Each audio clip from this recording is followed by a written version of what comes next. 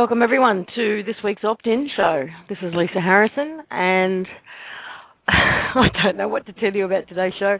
I mean, we are always winging it on these shows to some degree, especially since we got back on air at the beginning of this year, because events have unfolded at such a speed, things can change just before we go live. So, but I think that's never been more true than today, to be honest, because the communications have been so scattered, especially with Heather, over the last 3 or 4 days, that we're going on bits and pieces and snippets of information to try and share with you.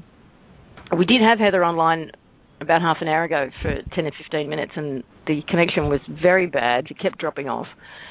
And about 10 minutes ago, she dropped off. And it's stayed off so far. So we're going to do our best today to share with you what we can. Myself, Chris, Bob, and Brian are all here with little bits of information that we can hopefully put together a big picture for you. So we'll get started. I'd like to bring out Brian. You there, Brian? Yes, I am. Hello, Lisa. Hello. Welcome. It's going to be a day. And Chris, are you there? I'm here, and head spinning like the rest of you guys, because as Lisa just said, we've got a very interesting picture to paint, but slightly a jigsaw puzzle at the moment. But what we've decided to do is just tell you everything we know.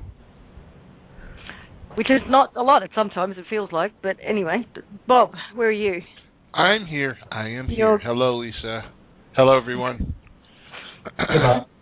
Now, before we move any further, I just want to say to everyone, please go to freedomreigns.us to get into the chat room. That one does hold an awful lot more people than the one at Blog Talk, and Deatra would prefer it if we went there. It gives her a better indication of how many of you are joining in on these calls as well. So please go to freedomreigns.us and click on the chat link. So we are continuing to try and, as always, bring Heather on the call. And if she comes on, she comes on. But where do we start? I mean, guys, we've been talking, and we're certainly feeling the energy. People are feeling the energy. There's been some very interesting articles, pieces of data come online in the last 24 hours that we've all taken note of. There's one that we want to bring your attention to in particular, which originally was posted on a website called Quantum Odyssey. It's also been reposted at American Kabuki. I won't give you the Quantum Odyssey address simply because it's far too long, but if you go to American Kabuki, it's titled The Next Great Event in the Awakening. If you'd like to read it. It's a fascinating piece of information. Brian, you want to elaborate on it? Yeah, I guess so. Well, this particular article got shared with me by Deborah last night as we were Skyping, and it sounds like you're looking away from the microphone, Dylan. We can't quite hear you. Okay, can you hear me now? Yes. Okay. So yeah, it got shared with me last night, and I had one of those reactions to it, similar to the one when we read the document talking about the end of duality that got put together. It was a trigger. It looks like somebody's trying to. Maybe we'll get Heather. Do you guys get that beeping or no? It's actually Diva. No, it's Dee. Oh, Dee. Hey, Dee. Okay, cool. Hi, guys. I'm muting out because I have screaming children all over the place. But I'm appreciated. So, hi, Dee. You don't have to respond. I know you're muted. So, back to what I was saying, this reading it, I mean, it was a really big trigger for me. It triggered some emotions. It triggered some dreams that I have that were very similar to some of what was described in this particular article. And once everybody read it, that was in this particular Skype room, everybody kind of all agreed. And then this morning when we woke up, we, Heather, considering she's in Africa, she types a lot of stuff through the night, and then we wake up and read it in the morning. And some of her comments that she had to weigh in on this particular article essentially was such that she agreed with almost every component except one of the lines that is based in somewhat of a limited perspective in the 3D, 4D, 5D use of terminology, which she's, now, she has been saying, and we've all been saying, that it's a reconciliation to the absolute, and the hierarchy is part of the illusion. And so it was a confirmation for me. I mean, I knew when I read it that this is something that, this particular event is something I know a lot of people have been not only waiting for, but readying themselves for at a much deeper level of awareness and a much deeper level of consciousness to be a part of whatever and however this whole thing unfolds.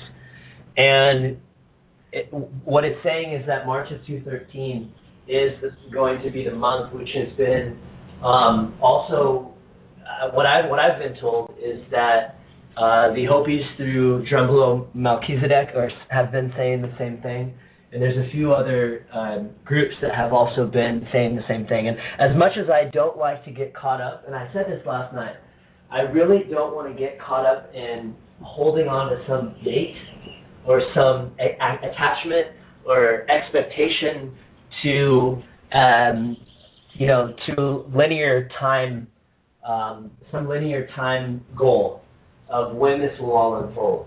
But today I went on to, I know we usually keep a lot of this stuff reserved for the Collective Imagination show, but considering where we are and how quickly this is all unfolding, it sounds like it makes a whole lot of sense for the merging of the two concepts to go together, because there's a very multi-dimensional aspect to everything that's happening right now. And so before I went on to my radio show that I did this morning, which is the ET Brian, can I interrupt for just a moment? Brian? Yes. Yeah, go for it. Are you walking around the room? Can you hear me walking? We can hear you moving in away from the microphone, closer to the microphone. But we've got Caleb. We've actually got Caleb with us. Caleb, can you hear me? Yeah. Yes, I can. How are you? Yeah, Brian, just stay near your microphone. It's the one on the computer that's working, so stay near it. Oh, okay. Well, I have the one on my head that I've been talking into all day, but I'll sit at my computer. So, so anyways, it was I asked Heather, in regards to going onto this show, because we knew there was going to be a lot of listeners, and if she could shed some light on whether or not it was a good idea to speak to this particular article and some of the things it shared, and she told me, of course, to follow my inner guidance, which I saw that one coming from a mile away, and made the decision that referencing to it and pointing people to go and read it was a good idea, and that she also shared a message that she wrote in Skype, which I'll read here, and then Caleb will probably, if anybody has any follow-up questions with Caleb, because she talks about a meeting with Caleb and Randall in this comment. She says, just met Caleb and Randall today. Commercial registry is closed, all value returned, and OPPT satisfies its purpose, and all creation's trusts are satisfied, no longer needed. Purpose was to guard, protect, and empower being and doing, and return the value. And then in capitals, today it is all done. Okay, Caleb, maybe you can elaborate. Yeah, what's going on? So the CVAC as a construct has never set well with me, because I'm a believer that the problem is solved when the individual rises up and solves it. If you want to learn how to play the piano, I can't do that for you. You have to learn it yourself. So the CVAC was always supposed to be a construct or an interface between the people and the powers that were on their way out the door. And the reality of it is, each individual is the value. They are the where the value is stored, and that's what the powers that were vampiring off of through all of their paper. So the public trust held the space to speak in the language of the powers that were. Now that it's been spoken and it's not been refuted, there's no point for it to be there anymore. And I've been in a hurry to tear down the public trust for a long time. I do not like the idea of any sort of structured power anywhere, because it doesn't need to exist, ever. It never did, and it doesn't need to now. So the public trust has served its purpose. People have the ability to stand. They just have to choose to. Everyone can be a genius piano player. You may not want to sit on a hard wooden bench for 10 years, but you can do it if you want. Muggsy Bogues is 5'4", and he managed to play professional basketball. You know, it really boils down to what you want to do with your energy and your existence. So it's for people to get their head around the idea that the People's Trust has done what it set out to do, when nothing in their, they don't see anything in their lives changed. How can you say it served its purpose? That's going to be the comeback. I don't know. I just saw somebody float something around our chat room saying that 685 heads of large corporations and states have all resigned. So tell me when that happened in the last 40 years. Yeah, wow. I mean, at some point in time, if you want to be spoon-fed, and I'm not trying to ask when I say this, but if you want to be spoon-fed, then go sign a slavery contract with a different master. I don't know what to say. I'm not kidding. Like, you know, at some point in time, you have to take control of your own existence. And we have spoke to the existing construct in their language and told them that they don't have the right to my labor, and they agreed. So it's done. So where do we go from here? Well, start to conduct your affairs accordingly. Everyone has been saying that this is a play, and that there are actors on the stage. So stop acting. I keep seeing these write-ups go out that I have nothing to do with. None of the trustees have anything to do with. They talk about people being actors because they're refusing to participate. And so if everyone refuses to participate, that is your solution. It's kind of like when the peasants after the Black Plague told the lords, you got to pay us now. And they all stood up and did it. And suddenly, that's the way it was. It's the ultimate 100 monkeys syndrome. So, at some point in time, people have got to say, we've had enough. And then there's your change. Otherwise, you're asking for another emperor to rise up. I mean, there were comments. There was a comment from Heather in one of the chat rooms that you guys had done some intensive data exchange. Yeah, Heather and I argued term that was called. Yeah. So what came out of that? Is that what you're talking about now? That this is what came out of that? No, that was a different argument. I mean, discussion, intense discussion. That intense discussion had to do with labor exchanges. And Heather is saying that in the very short future, you'll tap into a construct and download whatever you need.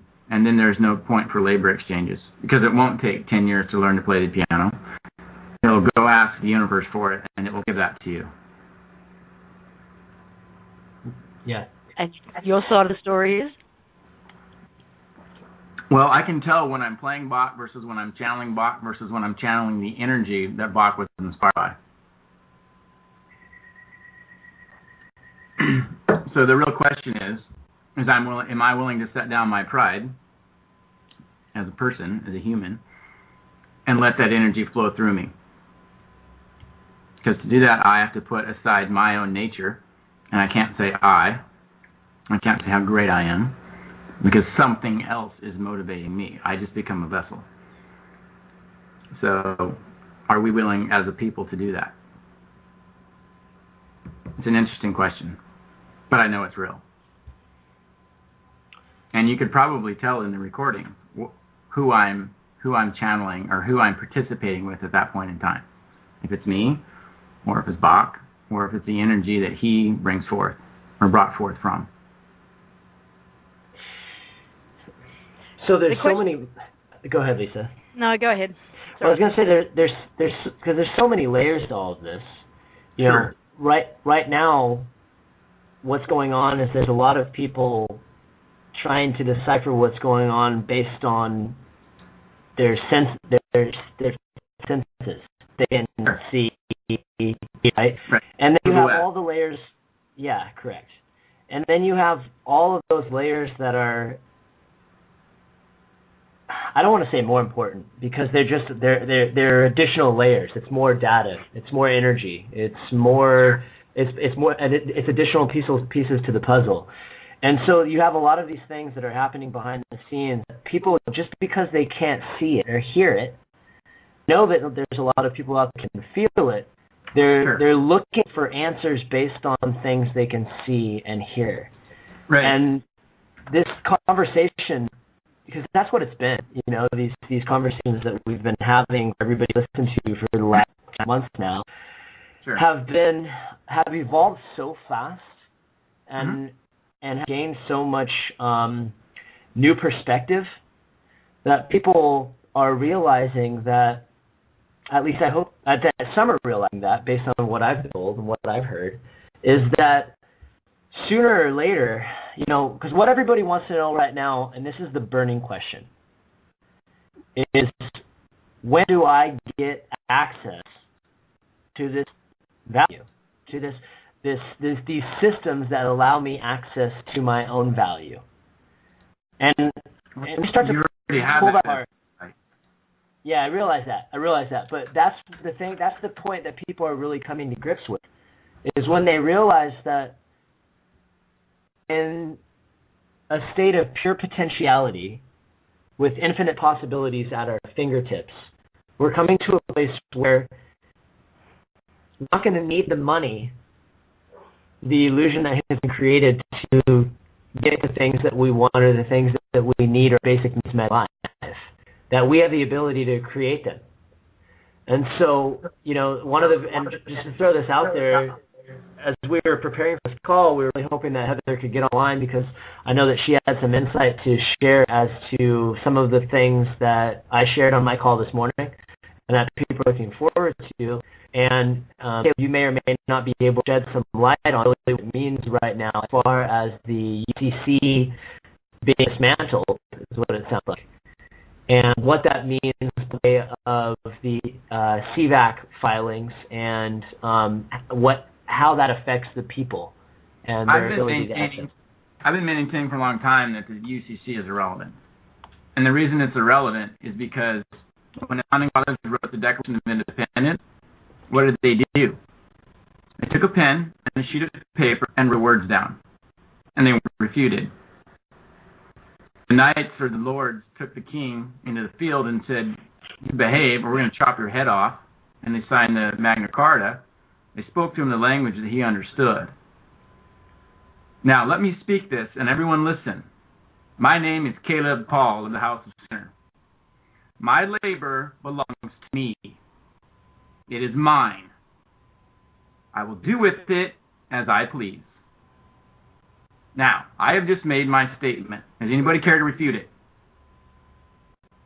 No. Cricket. Perfect. Why do we need the UCC? We don't. We're just in a situation where on last week's call, two things happened. One, it was announced that the CVACs would be up online within a week, and then the following week, the Treasury system would be online. Okay. That's one of the things that happened. The other thing that happened was that we had a discussion around and a realization that if everybody in the world, even though logistically it may not be possible, but if everybody in the world came online and had access to their value in the same day, that it would be immediately followed the following day by it being completely unnecessary. Well, right. Now, what we're looking at, though, is based on the current structure, that we can't skip that step. You know, we sort of need to go through that physical step of having access to value before we can get to the point of it pointless, just based on where we're at mentally, emotionally, spiritually, and the fact that there are still remnants of the old structure. If there were no remnants of the old structure, we could probably skip that step. If something happened to switch us all on in the same way at the same time, we'll also skip that step. Now, so that's what the people who tuned into this are looking at. That's what was announced last week. In the meantime, what seems to happen is the UCC itself has been dismantled. Right. So therefore, filing for the CVACs, I don't know where that leaves that, and they're unclear about that step of access to value. So if they want value, what are the people that stole your value and retrieve it? Okay? If I steal your car and put it in my garage, what are you going to do? You're going to come to my house, beat on my door, tell me to give it back, and if I don't, you'll show up with 3 of your friends and take it, because it's yours. So if someone has your value and you want it back, go get it. I'm playing devil's advocate here, Caleb, so give me a minute. Here's the problem that I run into, right? And that is, you're absolutely right. If we all go give everybody some X amount of value, it's not going to matter anyway. Your goal to be worthless. You can sit on a giant pile of it and you preen on it, and about 3 days later you'll be dead because you can't eat it or drink it. So it really doesn't matter. It represents a stolen construct. If you want to go get it, it's fine. I don't really care. But as far as me and my house, it's irrelevant. I'm moving past it. Because if I got to do that, I got to give it to everyone. As I get to everyone, it has no value. You just, it's not technically inflation, but it might as well be. So what's the point of expending that energy? Like someone else I listened to on some call said, let the rich people or whoever they are take all their gold and run off to some island someplace. Perfect.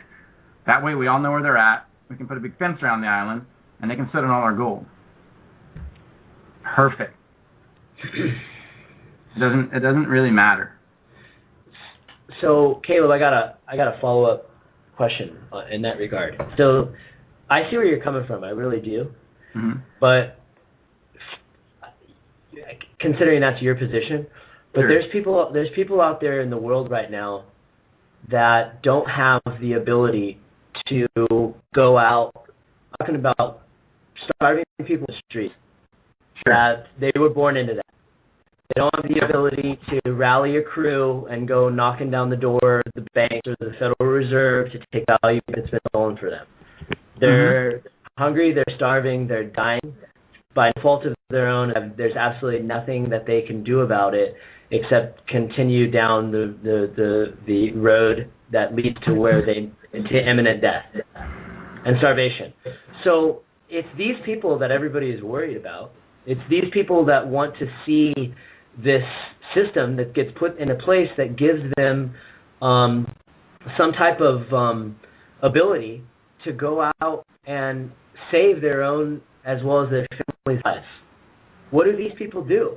So when Heather came on and she said last week that the CVAC systems the CVACs are going to be done by this week. Next week there's going to be systems that are going to be put in place that gives people access to that value. And there's, it's potential that, people could have a debit card or a credit card or some kind of thumb drive that gives people access to this value. It gave everybody a lot of hope that their prayers have been answered, and there's going to be systems that are put in place to help those that cannot help themselves. Sure. And it's these people that everybody is right now wanting to stand up for. And because me, I have a roof over my head. I got food in my fridge. And I got electricity to keep me warm and a car to drive me around. Perfect. So that if you can speak to that, it's just there's a lot of unanswered questions based on the comment, the feedback that you just gave, which doesn't really corroborate with information that was shared from last week. Well, first of all, I can't speak for Heather. That's Heather's position. My position is the CVACs were never needed because it is ultimately the people's choice as to how they want to live. So, for example... I agree with you, CVACs aren't. It's the access to value that is. Yeah. So, for example, some court in Canada just said that the church was guilty of these criminal acts, right? Sorry, I was muted. Yes. So why don't 1,000 people get together, appoint their sheriff, and liquidate a church?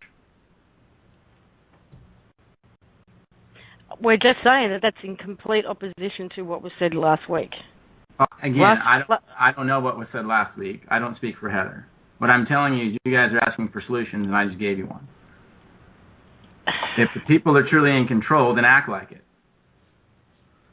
So if we're worried about starving people in Mexico working in garbage dumps, let's go down there. They're the people. More gold in Mexico than there was gold in Fort Knox, and that's before we knew, because of all the cathedrals, and that's before we knew that all the gold in Fort Knox was wrapped up in tungsten. So go down there and grab a church and take the gold out of it. Sell it, feed the poor. When can you be here, my man? We'll leave right now. Whenever. Who's in Mexico's in charge? Where's our command structure? They have to stand up for themselves.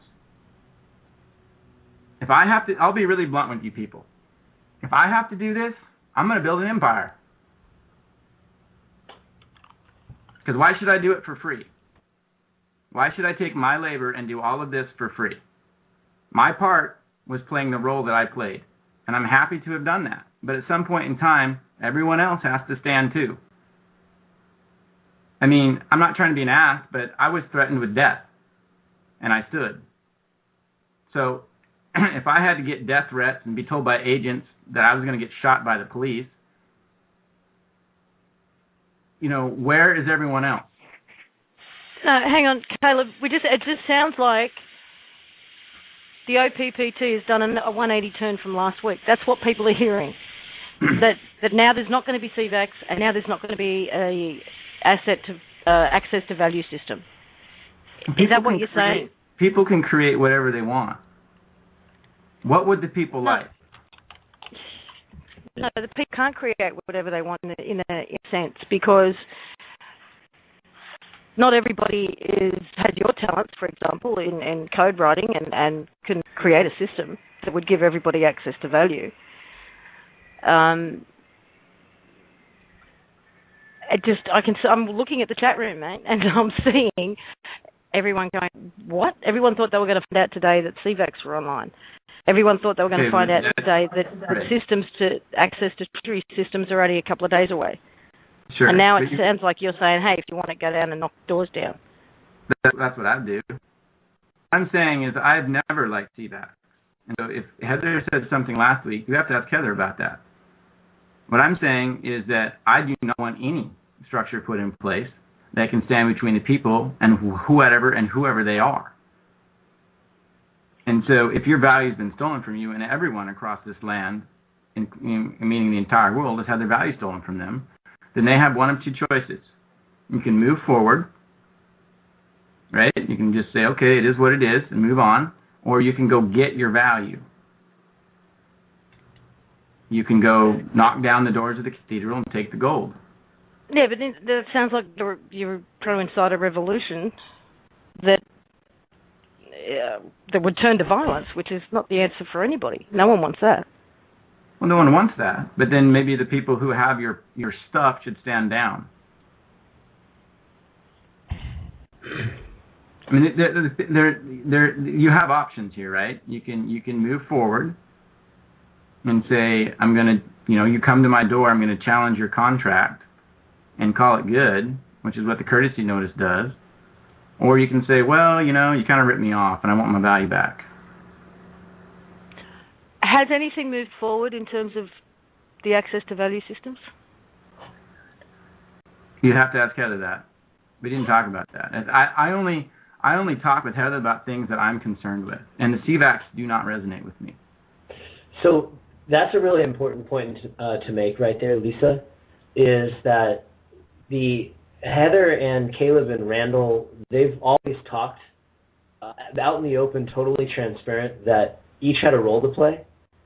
And the reason why they were able to get such great work done is because they both they all brought such different and valuable and resourceful talents and viewpoints to the table that allowed them to get what they needed to get done. You know, Heather isn't completely involved in everything that Caleb's doing, just like Caleb's not completely involved in everything that Heather's doing. So in order to be able to balance this out and give the provide all the perspectives from the trustees, Heather would have to come on and speak for herself and what she has done, and when she made the statements that she made last week and where they are this week. Caleb is not prepared to answer that question because Caleb hasn't been involved with what's been going on from all last week to all this week. Is that pretty accurate, Caleb? Yeah, I can only tell you what resonates to me and how I'm conducting my affairs. And I have been itching to disband the trust and bail in the UCC for some time now. I see them as constructs that people put in the way to their freedom, and they don't need to. Yeah, it was clear a week or so ago that the UCC was only holding the space for a time, and it too would go. Right. And at the moment, just holding the space for, have a place to file the necessary contracts or documents that need to be filed in order to talk to the system. And conversations about then it's no longer needed. Right. I mean, I see the UCC as purely a registration system, right? It's just a place where you go when you put some information, and then I go, I'm gonna look at this central repository of information. And if there's something there, fantastic. If there's not, then you move forward. But like I said earlier, it's my energy. And whether it's filed on the UCC or in the Wall Street Journal or written on a stone tablet, stuck somewhere on a mountain, it's all the same. I mean, it really comes down to this. It's your existence. What are you going to do with it? It's really just that simple.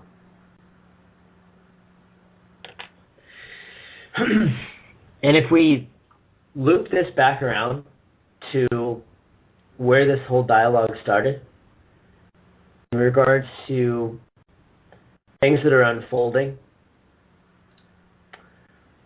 behind the scenes that are paving ways to new realities and new way of living, you'll start to realize that so much of this discussion and past discussions have the ability to deem themselves as completely irrelevant, because there's a possibility that this UCD, the CVAC, I'm going to quote Caleb, don't really matter anymore.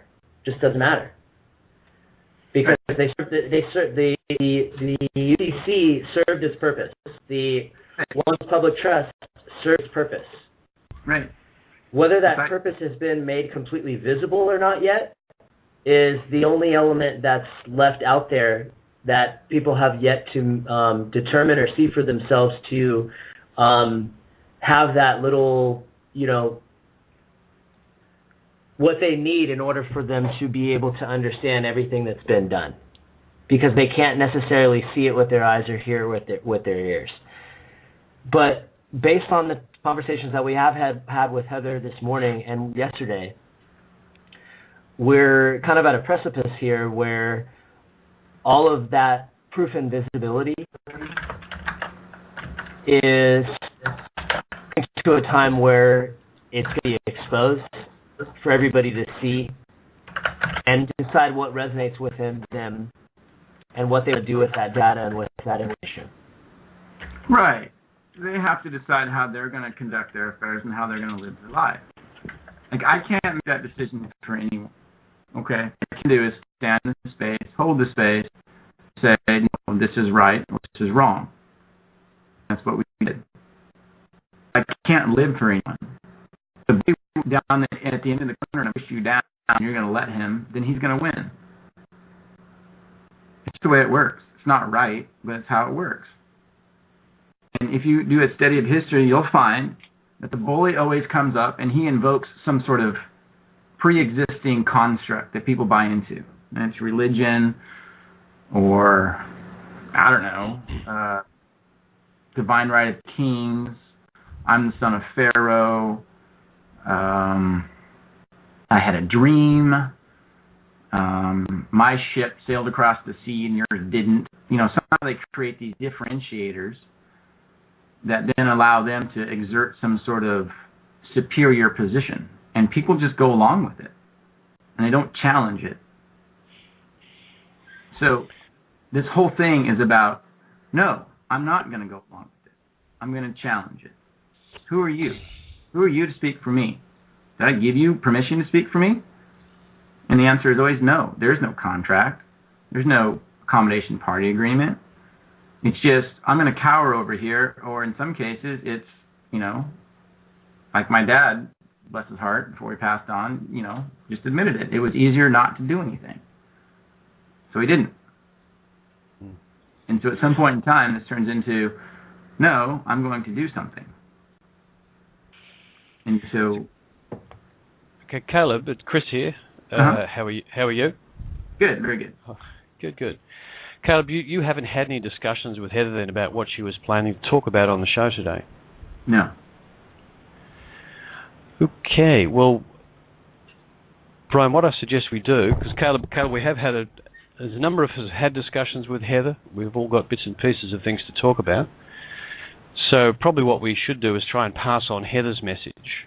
And sure. And thank you for the space you hold, because obviously, as a trustee, that's been your role, to identify that space and stand in it and let no one pass through it. Right. So I think, guys, what we'll do is now just starting with Brian, gather the bits and pieces that Heather asked us to put out and have that part of the conversation. Okay, perfect. So, and what I'm trying to say is, Caleb, thank you for coming and putting that position forward, because ultimately we still have to take action. Right. Each individual. This is what I see, everyone, from the beginning of all of this, and then all of this it's been a transformational journey for everybody. Everybody is in a completely different place than they were 2 months ago. Otherwise, you just haven't been following along, because so much has changed. The world scene has changed. But all the way up until this point right now, everything that we've done and we've accomplished, who did it? We did. All of us. Every single person that had contributed to putting up a site, had contributed to putting up information, making articles, making music, who did it? We all did. All of us. And all of us are demonstrating that we're ready to do whatever needs to be done in order to move forward. But in the consideration, and Caleb, I understand what you're saying, because that's where you are, but not everyone's in that space. Not everyone is in that space, and not everyone can move into that space very quickly. Some people are going to remain time, and for a lot of us, we look at our friends, our families, and the ones that we love and we care about that are still sleeping. How can we help them? We collectively decide how we wish to move forward. What resonates with you? What is an easy way to move forward? The CVAC is a good idea, I believe, for when you consider the whole picture. Individually, other people may not need, like for instance, I don't need a UCC filing. I can speak to a police officer and stand my ground, without even mentioning the UCC filings, because I know who I am. Not everyone can do that, and not everyone feels comfortable doing that, which is why the UCC filings are there, to provide a space for you to find your legs, so to speak. And I believe that as long as we need, or others will need that, there'll always be that space there to provide the confidence that you need in order to move forward. There will always be that assistance there, but we are that assistance. Now, I believe that all of these systems have already been created and all the technology is there. And I believe collectively we've all decided how we wish to move forward. Individually, that may be different choices for certain individuals, and that's fine. But collectively, the world needs to move forward to a better place. Now, I get that the people's trust was a tool and a bridge. Yes.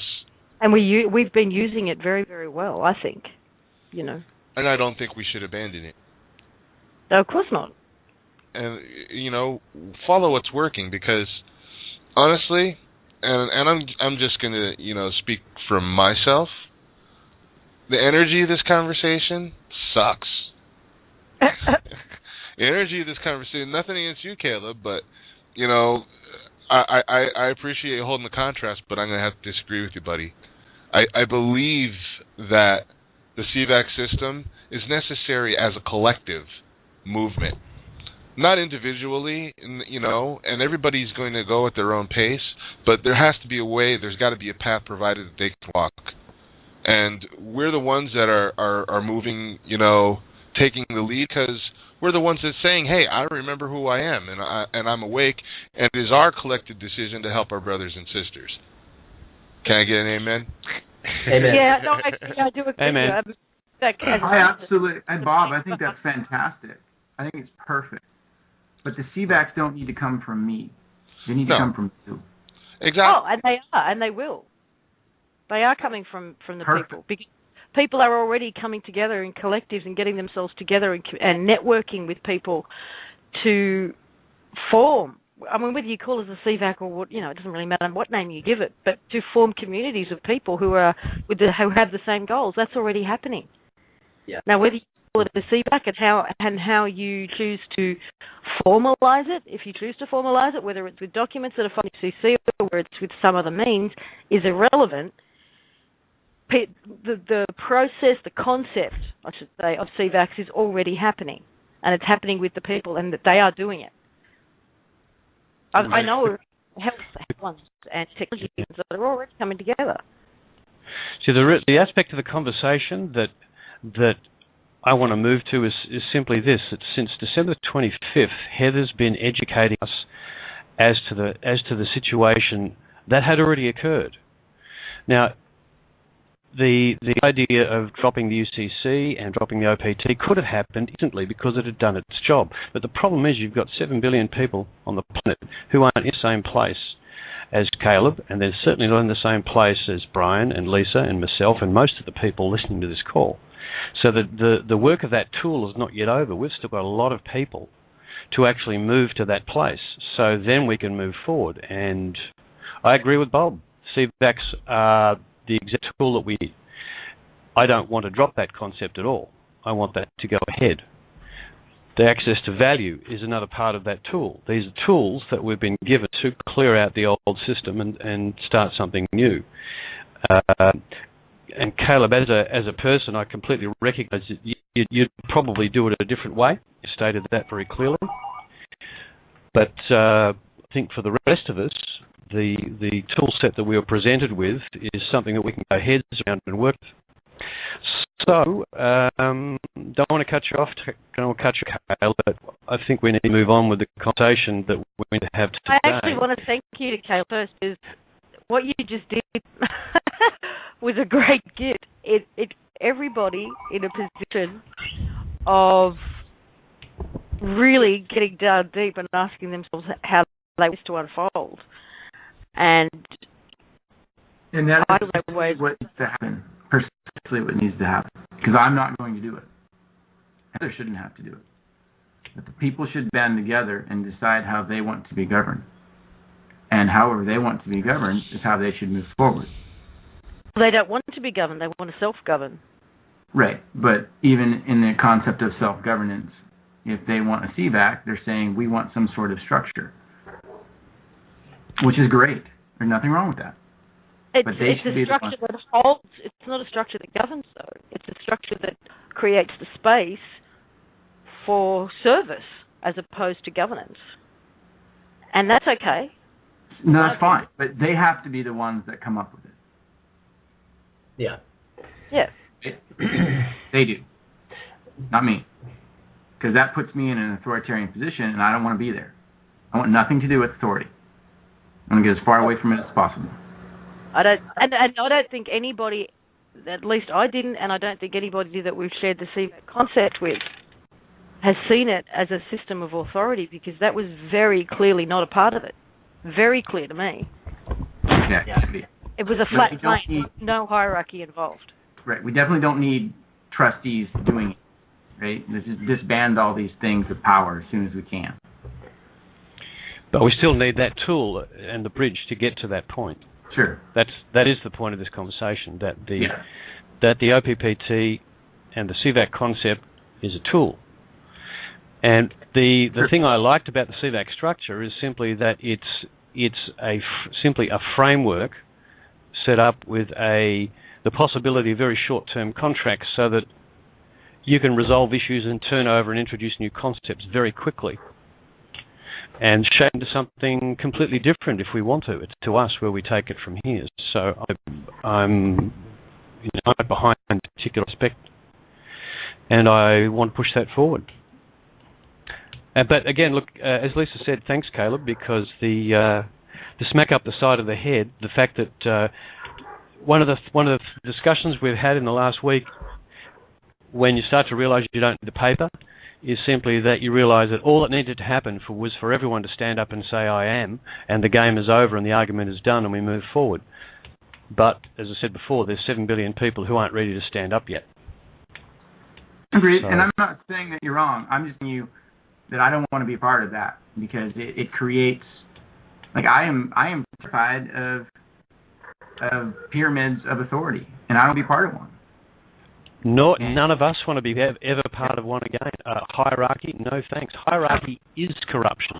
You can't have a hierarchy that isn't corrupt. Doesn't work. I want to run as far away from that as I can, as fast as I can. I will conduct my affairs accordingly. And the last thing I want is people looking to me for guidance on a CVAC. I'm like, no. You have to figure that out on your own. We won't bother you then. So we gotta remember about the foundation of the whole CVAC concept to begin with, which is unobstructed freedom to do and be and co-create as we choose and please, so long as it doesn't harm another. And so how everybody from an individual place of total freedom of creation has to decide how that looks for them. And, I default back to a statement that David made in the chat room the other day, which made a lot of sense for everybody that was in there at the time, which is we can't possibly comprehend from our existing state, our existing level of consciousness, what the future holds in a heightened frame of elevated vibration and elevated consciousness. And what we're doing now is that. We're trying to pick it apart of how it's going to look and how it's going to feel based on a very limited perspective. And so this conversation, we all kind of said it, it's accomplished a lot to allow everybody the understanding and the realization that everyone, an individual, has their right to their opinion and their perspective and what they want to do and who they want to be. Caleb has his, I have mine, Chris and Lisa and Bob have theirs, and everybody listening to the call has theirs. So where we go from here is up to us. What people want to see now is they want to see the construct of these slavery systems become unwind once and for all to where it's visible. And they want to see, they don't want to have to file a courtesy note anymore. They don't want to have to file a UCC document anymore. They don't want to have to stand up and fight for their freedoms anymore. They want those. They want the last gasps of these slavery systems that still appear to be in place to not have any visibility and no longer be an element to this particular equation. And so nothing that's been said on this call has stopped the momentum of leading in that direction. If anything, it's reinforced that that's where we're headed. So Caleb, I appreciate what you've had to share, because everybody should right now, they shouldn't do anything. They shouldn't do anything that I'm telling them, that you're telling them. That we're not. None of us on this panel are up here saying, giving people any type of trying to be positions of authority. Trust me, I don't want that either. People send me emails to my opptcreativity@gmail account with ideas that they're looking for approval on for CVAC structures. And I'm like, no. Every time I get one of those, because it takes away the whole point. Your CVAC is your value of what you want to do to create whatever it is, whatever vision you have, healing center, farm. You know, I've seen so many amazing ideas. Start to foster those and develop them as if you have the resources available to you to make them a reality. Because those resources, you're looking for them as, right now people are looking for them as dollars in a bank account or gold in a vault. But that value that you need to create that which you dream of creating is inside of you right now, just waiting to be unlocked to where you realize the true power that you hold within yourself. Because we are the goods, and we are the services, and we are the value, and we have the ability to trade with one another, to put into the system and take out from the system what we need and what we choose to offer.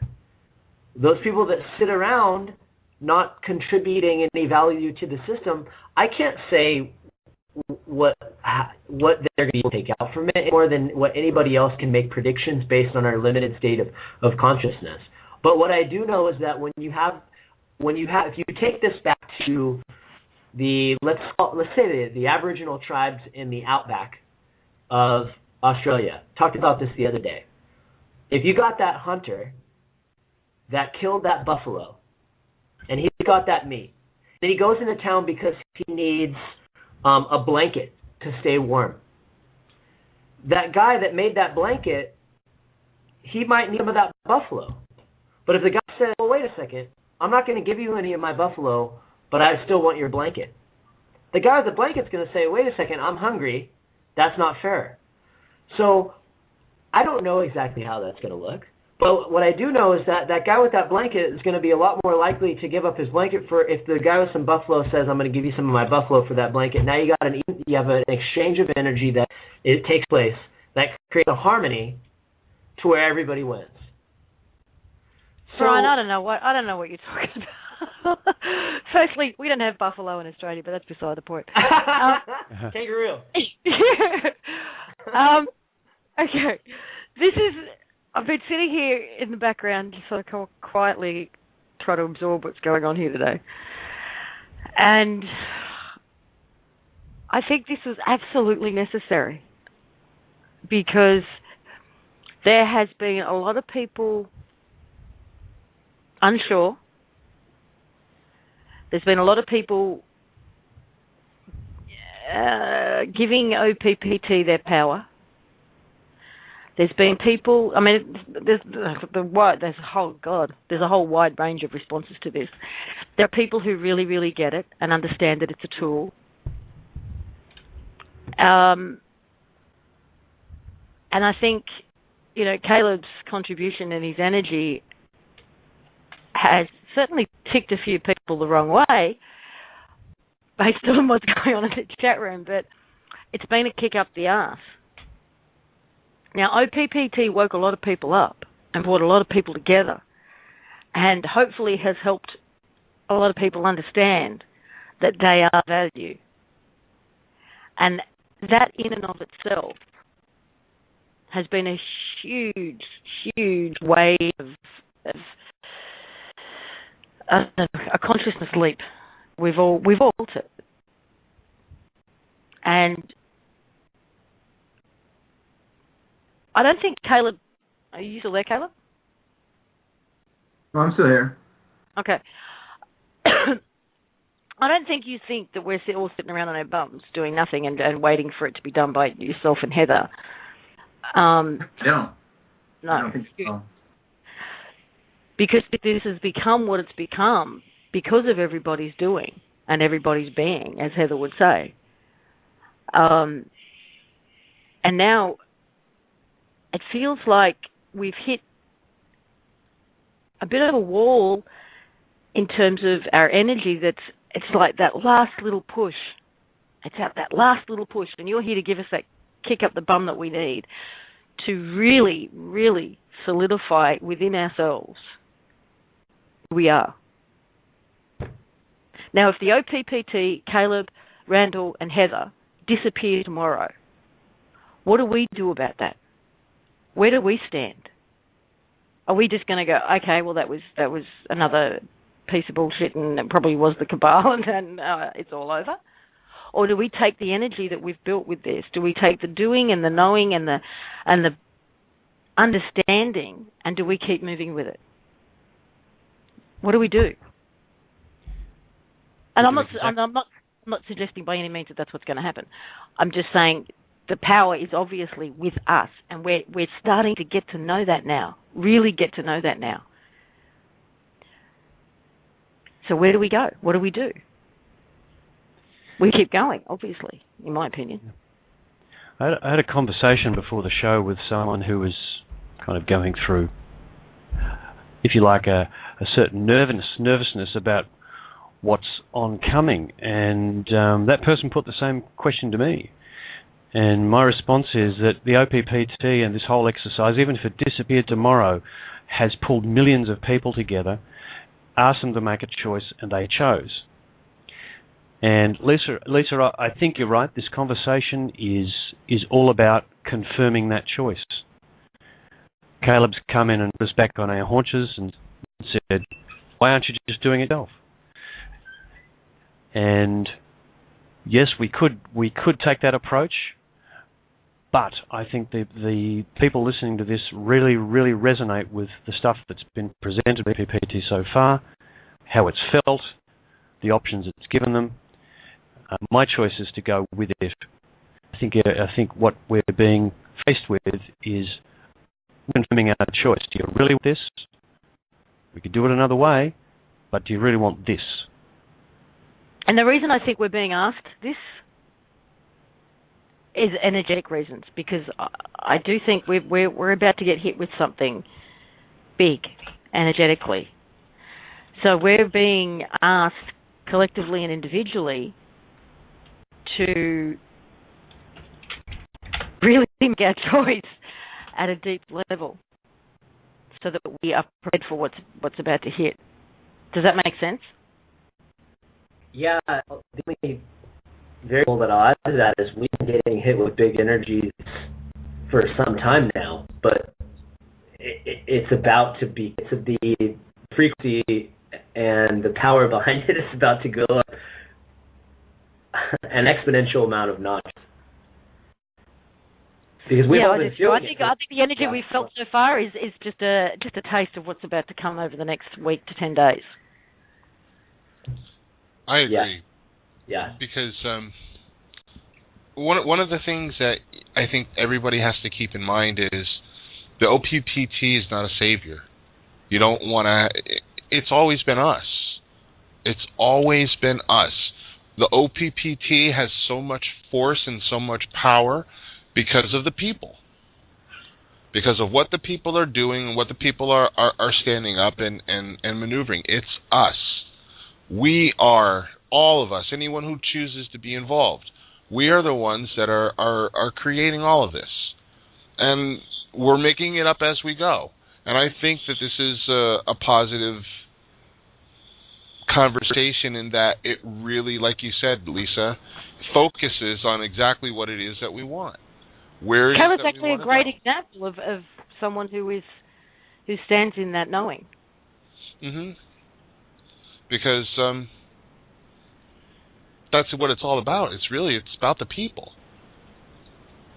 Can I jump in here for a moment? Please.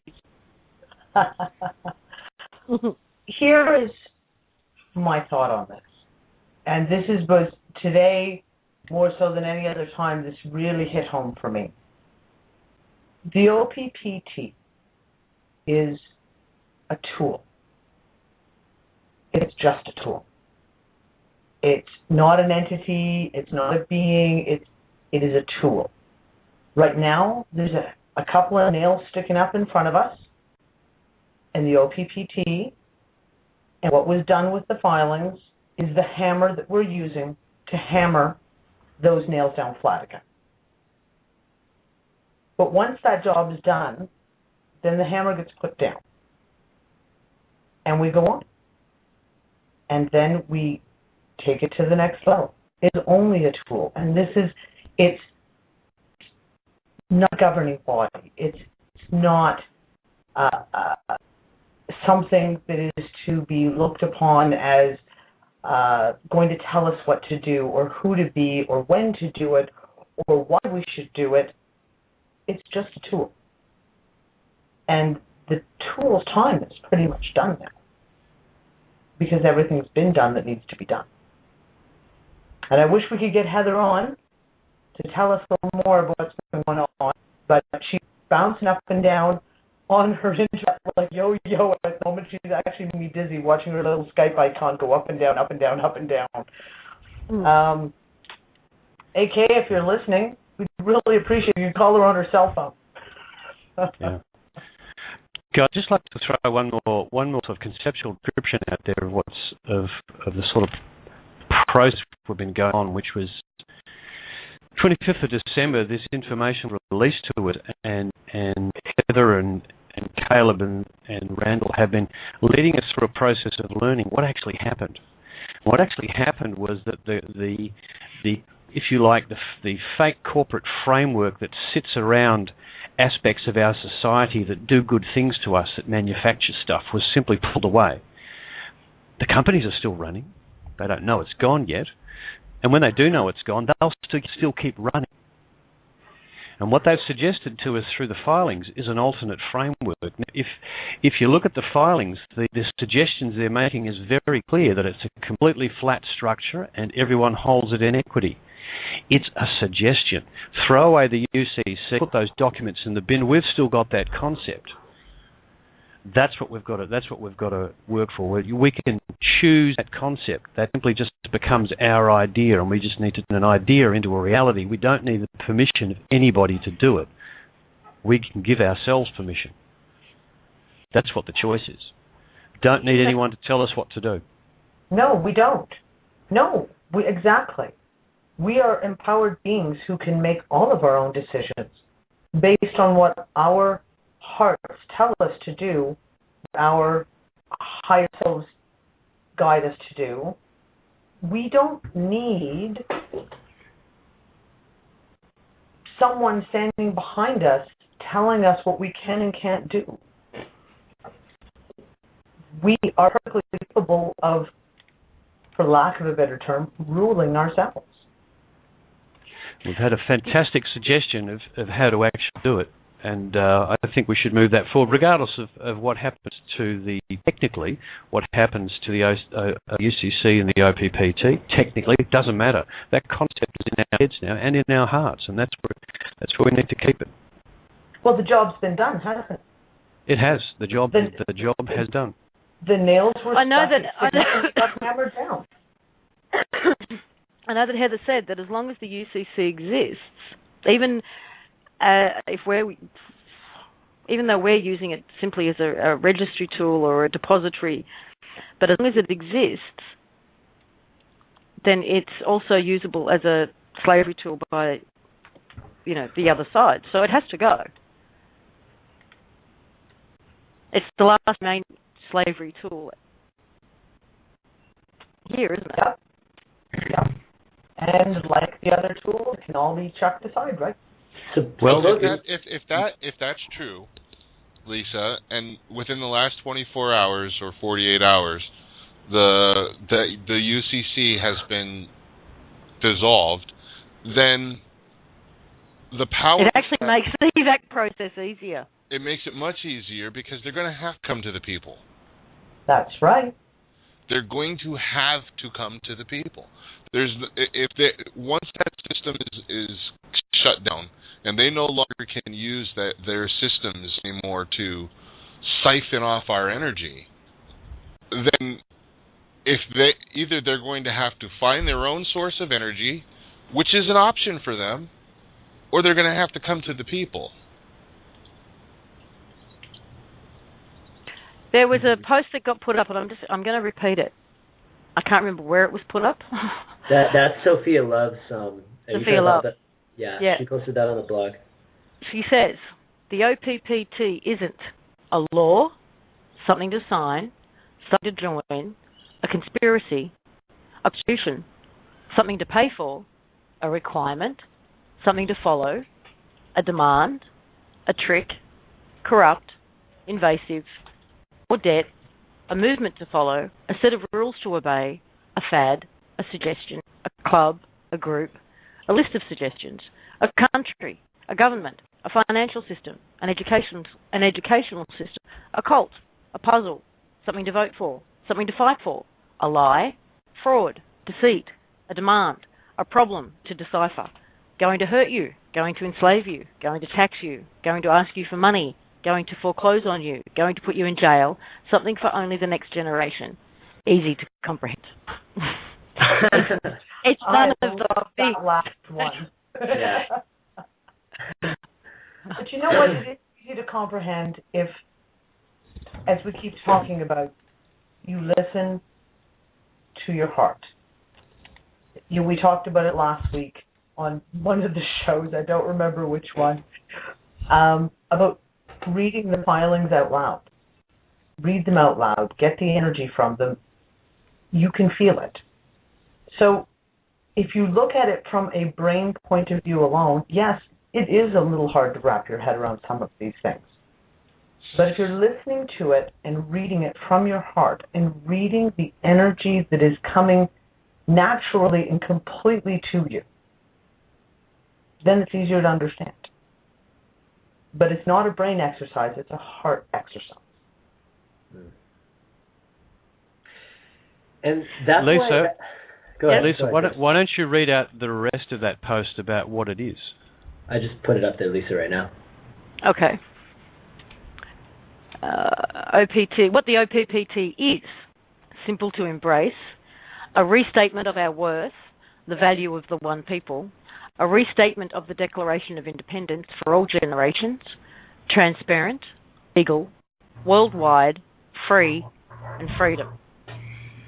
Now, okay, clearly there's been a lot of misunderstanding about what we've talked about so far today, because based on what's been going on in the chat room, people are scared now because sent courtesy notices out.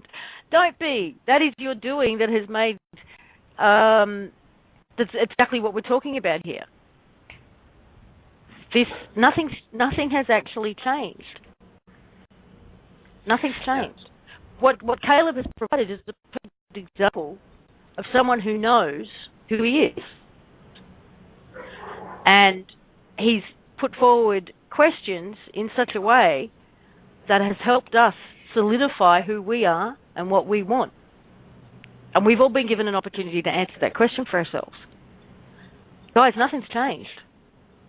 So do we want CVACs? That's the question. Do we really want them and need them? And how do we want them to look? And know it in your heart. Excuse me. Now, again, I'll repeat what I said before. I do think that we've been asked to really get down to the bottom and the depth of ourselves, to ask the questions as we move forward from here on in over the next 10 or so days. I do believe something energetic is happening. And we're going to really know the answers to these questions for ourselves.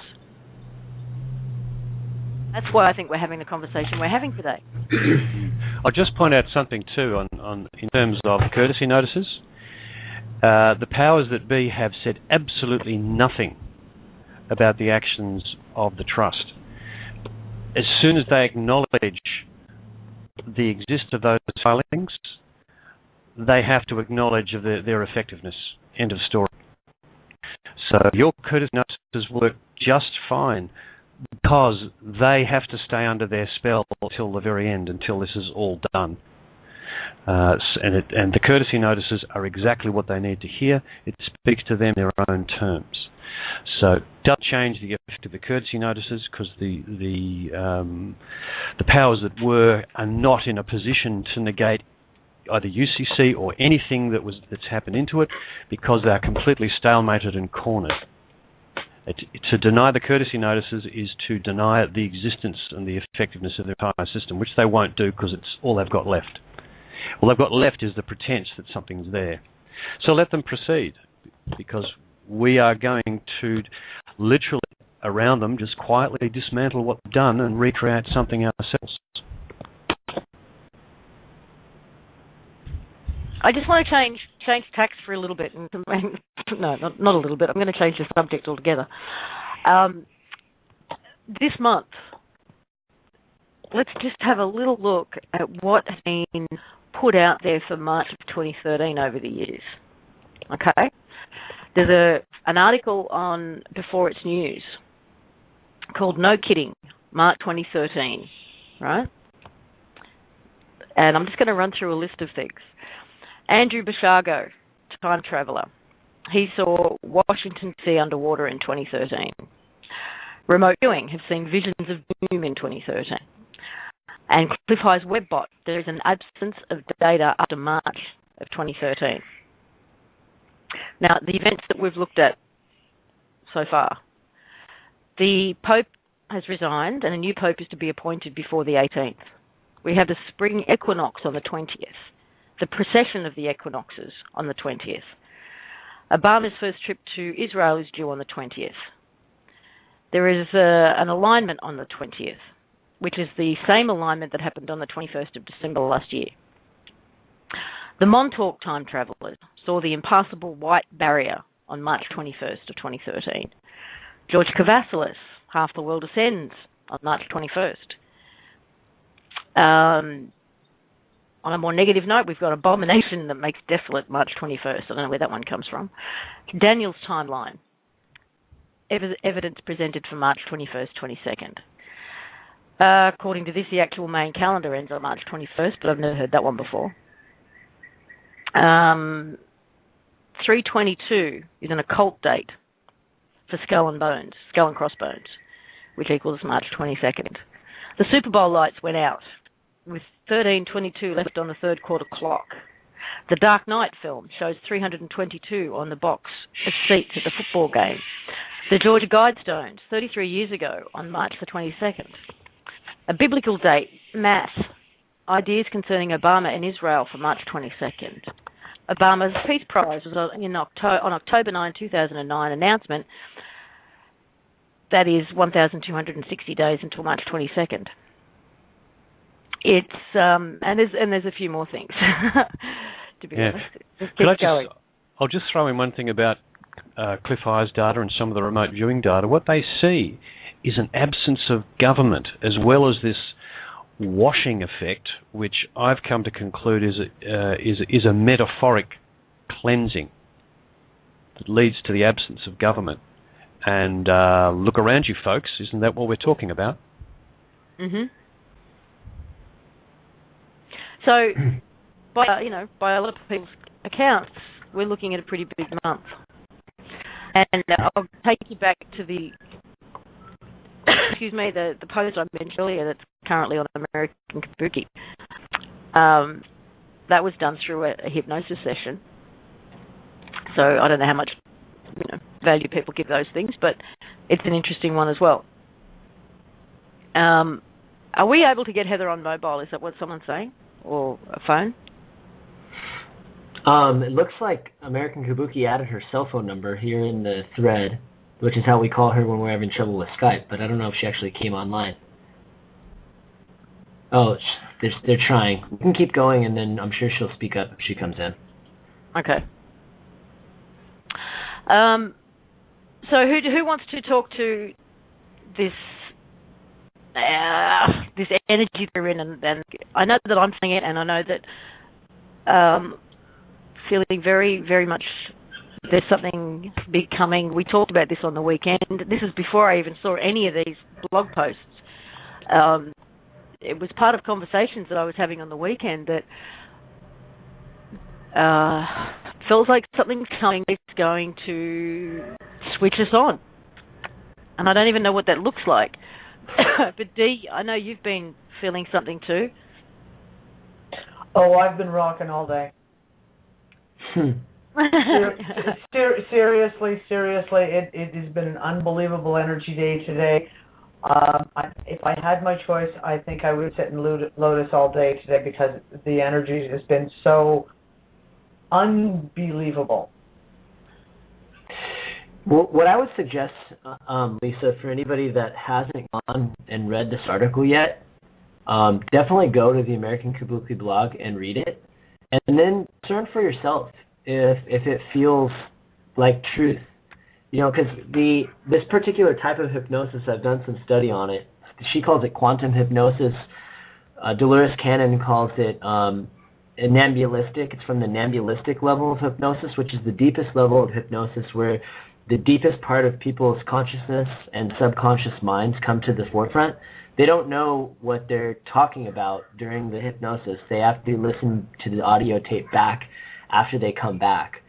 But what this is sharing, what makes it so powerful is that it corroborates with so much of the other information that's already out there. So read it. The event that it describes is a merging of the minds of all of humanity coming to a place where there's a really powerful line in here that the illusion is over. Like I said before, it's the same thing as talking about the duality being over. And everything is exchange of energy. This conversation, the back and forth that we have, whether people want to discern the energy as being from positive or negative, that's a judgment that our minds make of certain things that's based on perception.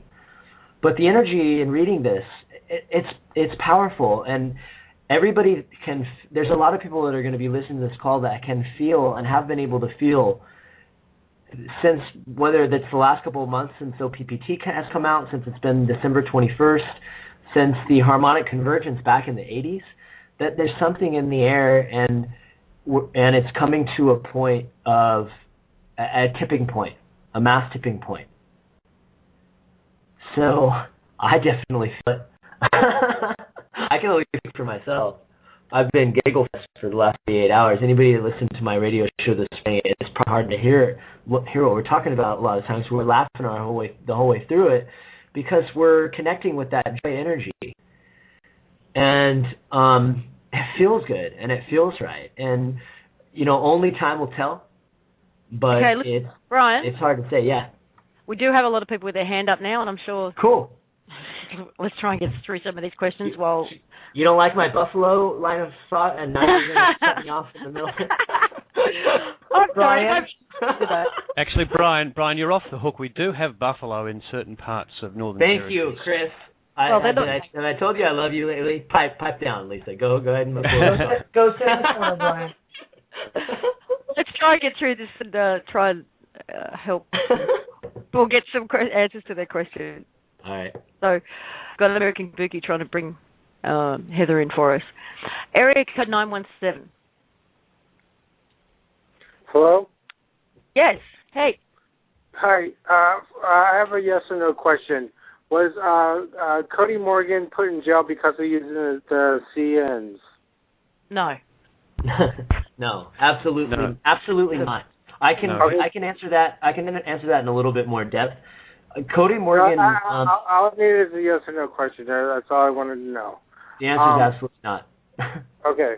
My other point is that there seems to be a lot of infighting now between the trustees. Oh no, I wouldn't call it infighting. Well, it seems like there's a lot of discrepancies between the three, especially with Caleb's last comment about if he had control over his CVAC, he would create an empire. To me, it sounds like that the OPPT is starting to decline as far as its power and what it can provide. We are its power. Every single one of us is its power. Well, okay, great. Well, let's get past all the etherical 5D, 4D crap, and let's deal with stuff on a 3D level. If you don't mind me speaking so frankly, where do you see this heading? It already sounds like that there's a lot of room for people to start discrediting what the OPPT has done, what the trustees have done, and that is a big concern for me because I have a lot of people who are trying to break free from the system, the slavery system, and move into a place of being and doing. So, where do you see this heading? Sorry, I was muting myself because I was coughing. Where do I see this thing? That we continue doing what we're doing. We continue educating the system that it's finished.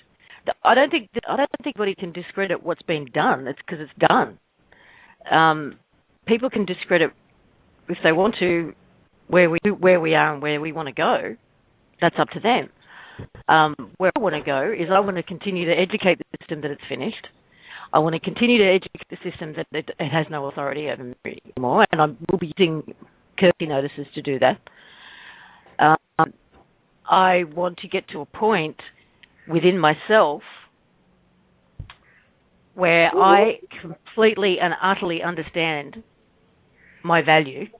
Well, Caleb himself said he doesn't want to take a stance of authoritative position, which leads me to believe that the other two trustees may want to take that stance. Am I wrong? No, yeah, you are. Yeah, Extremely wrong. Extremely wrong. You're nobody in a position of authority.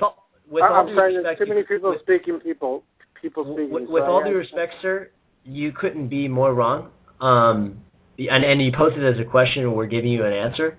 Caleb and Heather and Randall never claimed to have any disagreements in their positioning and how they developed One People's Public Trust. I mean, it was able to come into being what it is because they each brought their own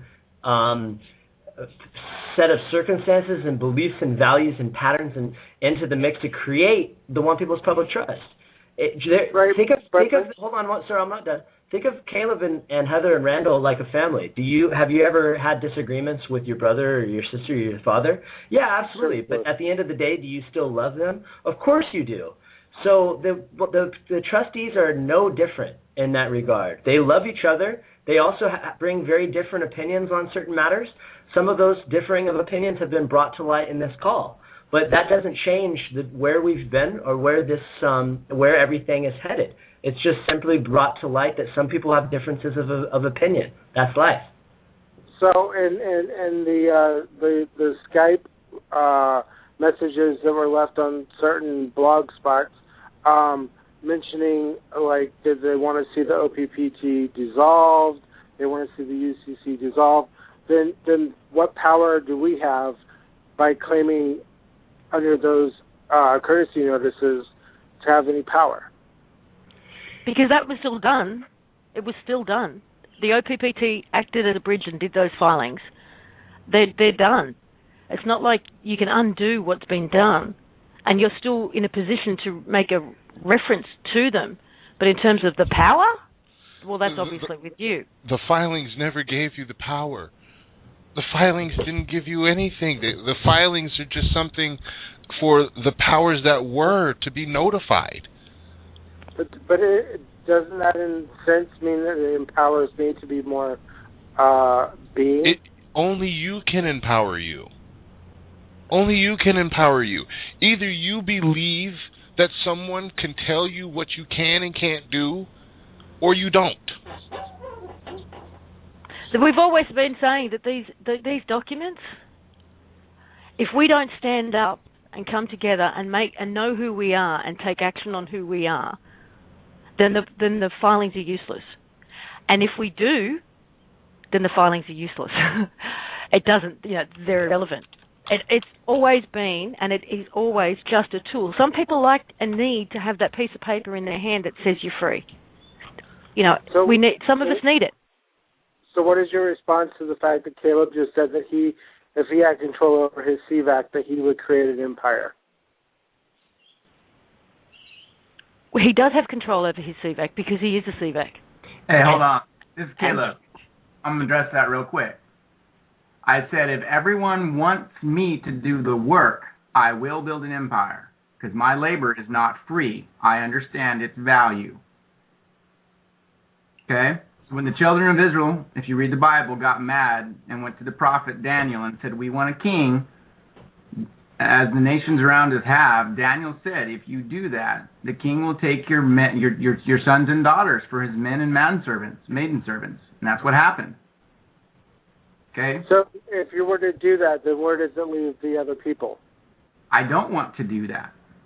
He's using that story as a story. He doesn't want to build an empire. What he was saying is that if everybody came to him wanting to do all the work with CVAC, he would have no other choice because he would be contributing more of his energy to help everybody else. So he never in any way, shape, or form said that he wanted to build an empire. So that's what he's saying right now in his response to your question. Okay, I do appreciate you have another question? That should do it. Thanks. Well, thank you for calling. Okay. I'm just going to mute you, and I'm going to bring out, we have Seraph. Nice. Seraph, you there? Oh, hang on, his microphone's not muting at this end. 1 second.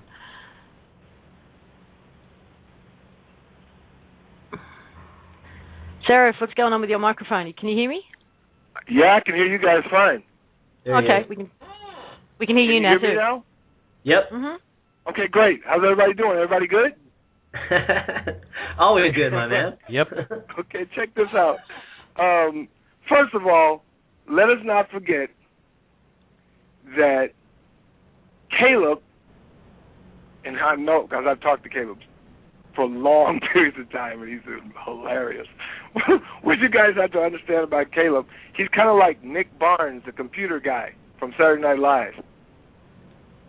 Move. He knows his stuff, and he knows what he's talking about. Now, he may not convey it in a way that makes you feel all touchy and warm and floaty, but he's telling you the truth. The bottom line is I told Heather 2 weeks ago, Heather, if you set a date, I'm going to hold you to it. And if it comes and goes, it doesn't matter because I've already decided April 1st, I'm going shopping like a boss. It is on. I'm telling you. And I don't care if you believe, oh, well, money is just And look, if everybody on this planet got access and knew that they had access to their own personal value, their own energy, they knew it. The only difference between the one that Christians call Jesus and every human being on the planet is he knew it. Once we get to the point where we know it, we don't need anybody to tell us or give us any documents or nothing. The bottom line is this. Just like during the American slave movement, I call it the American Holocaust, but that's a whole other story. But during the American slave movement, there were people like Harriet Tubman and Sojourner Truth who opened the door, kicked the door wide open and started traveling north. Do you know there were thousands and thousands of slaves who said, well, I'm not going to, I need Mr. Johnson to tell me that I can leave. That's retarded. That's crazy. Heather, Randall, and Caleb kicked the door in. That's all they did. They kicked the door in. They pimp-slapped the farces that were. And what they did was say, okay, let's go to freedom. And we got all these millions of people crying, saying, well, where's my document? Where's my paperwork? What? She just kicked the door in. Go north. Go north. It's just that simple. Do as you are.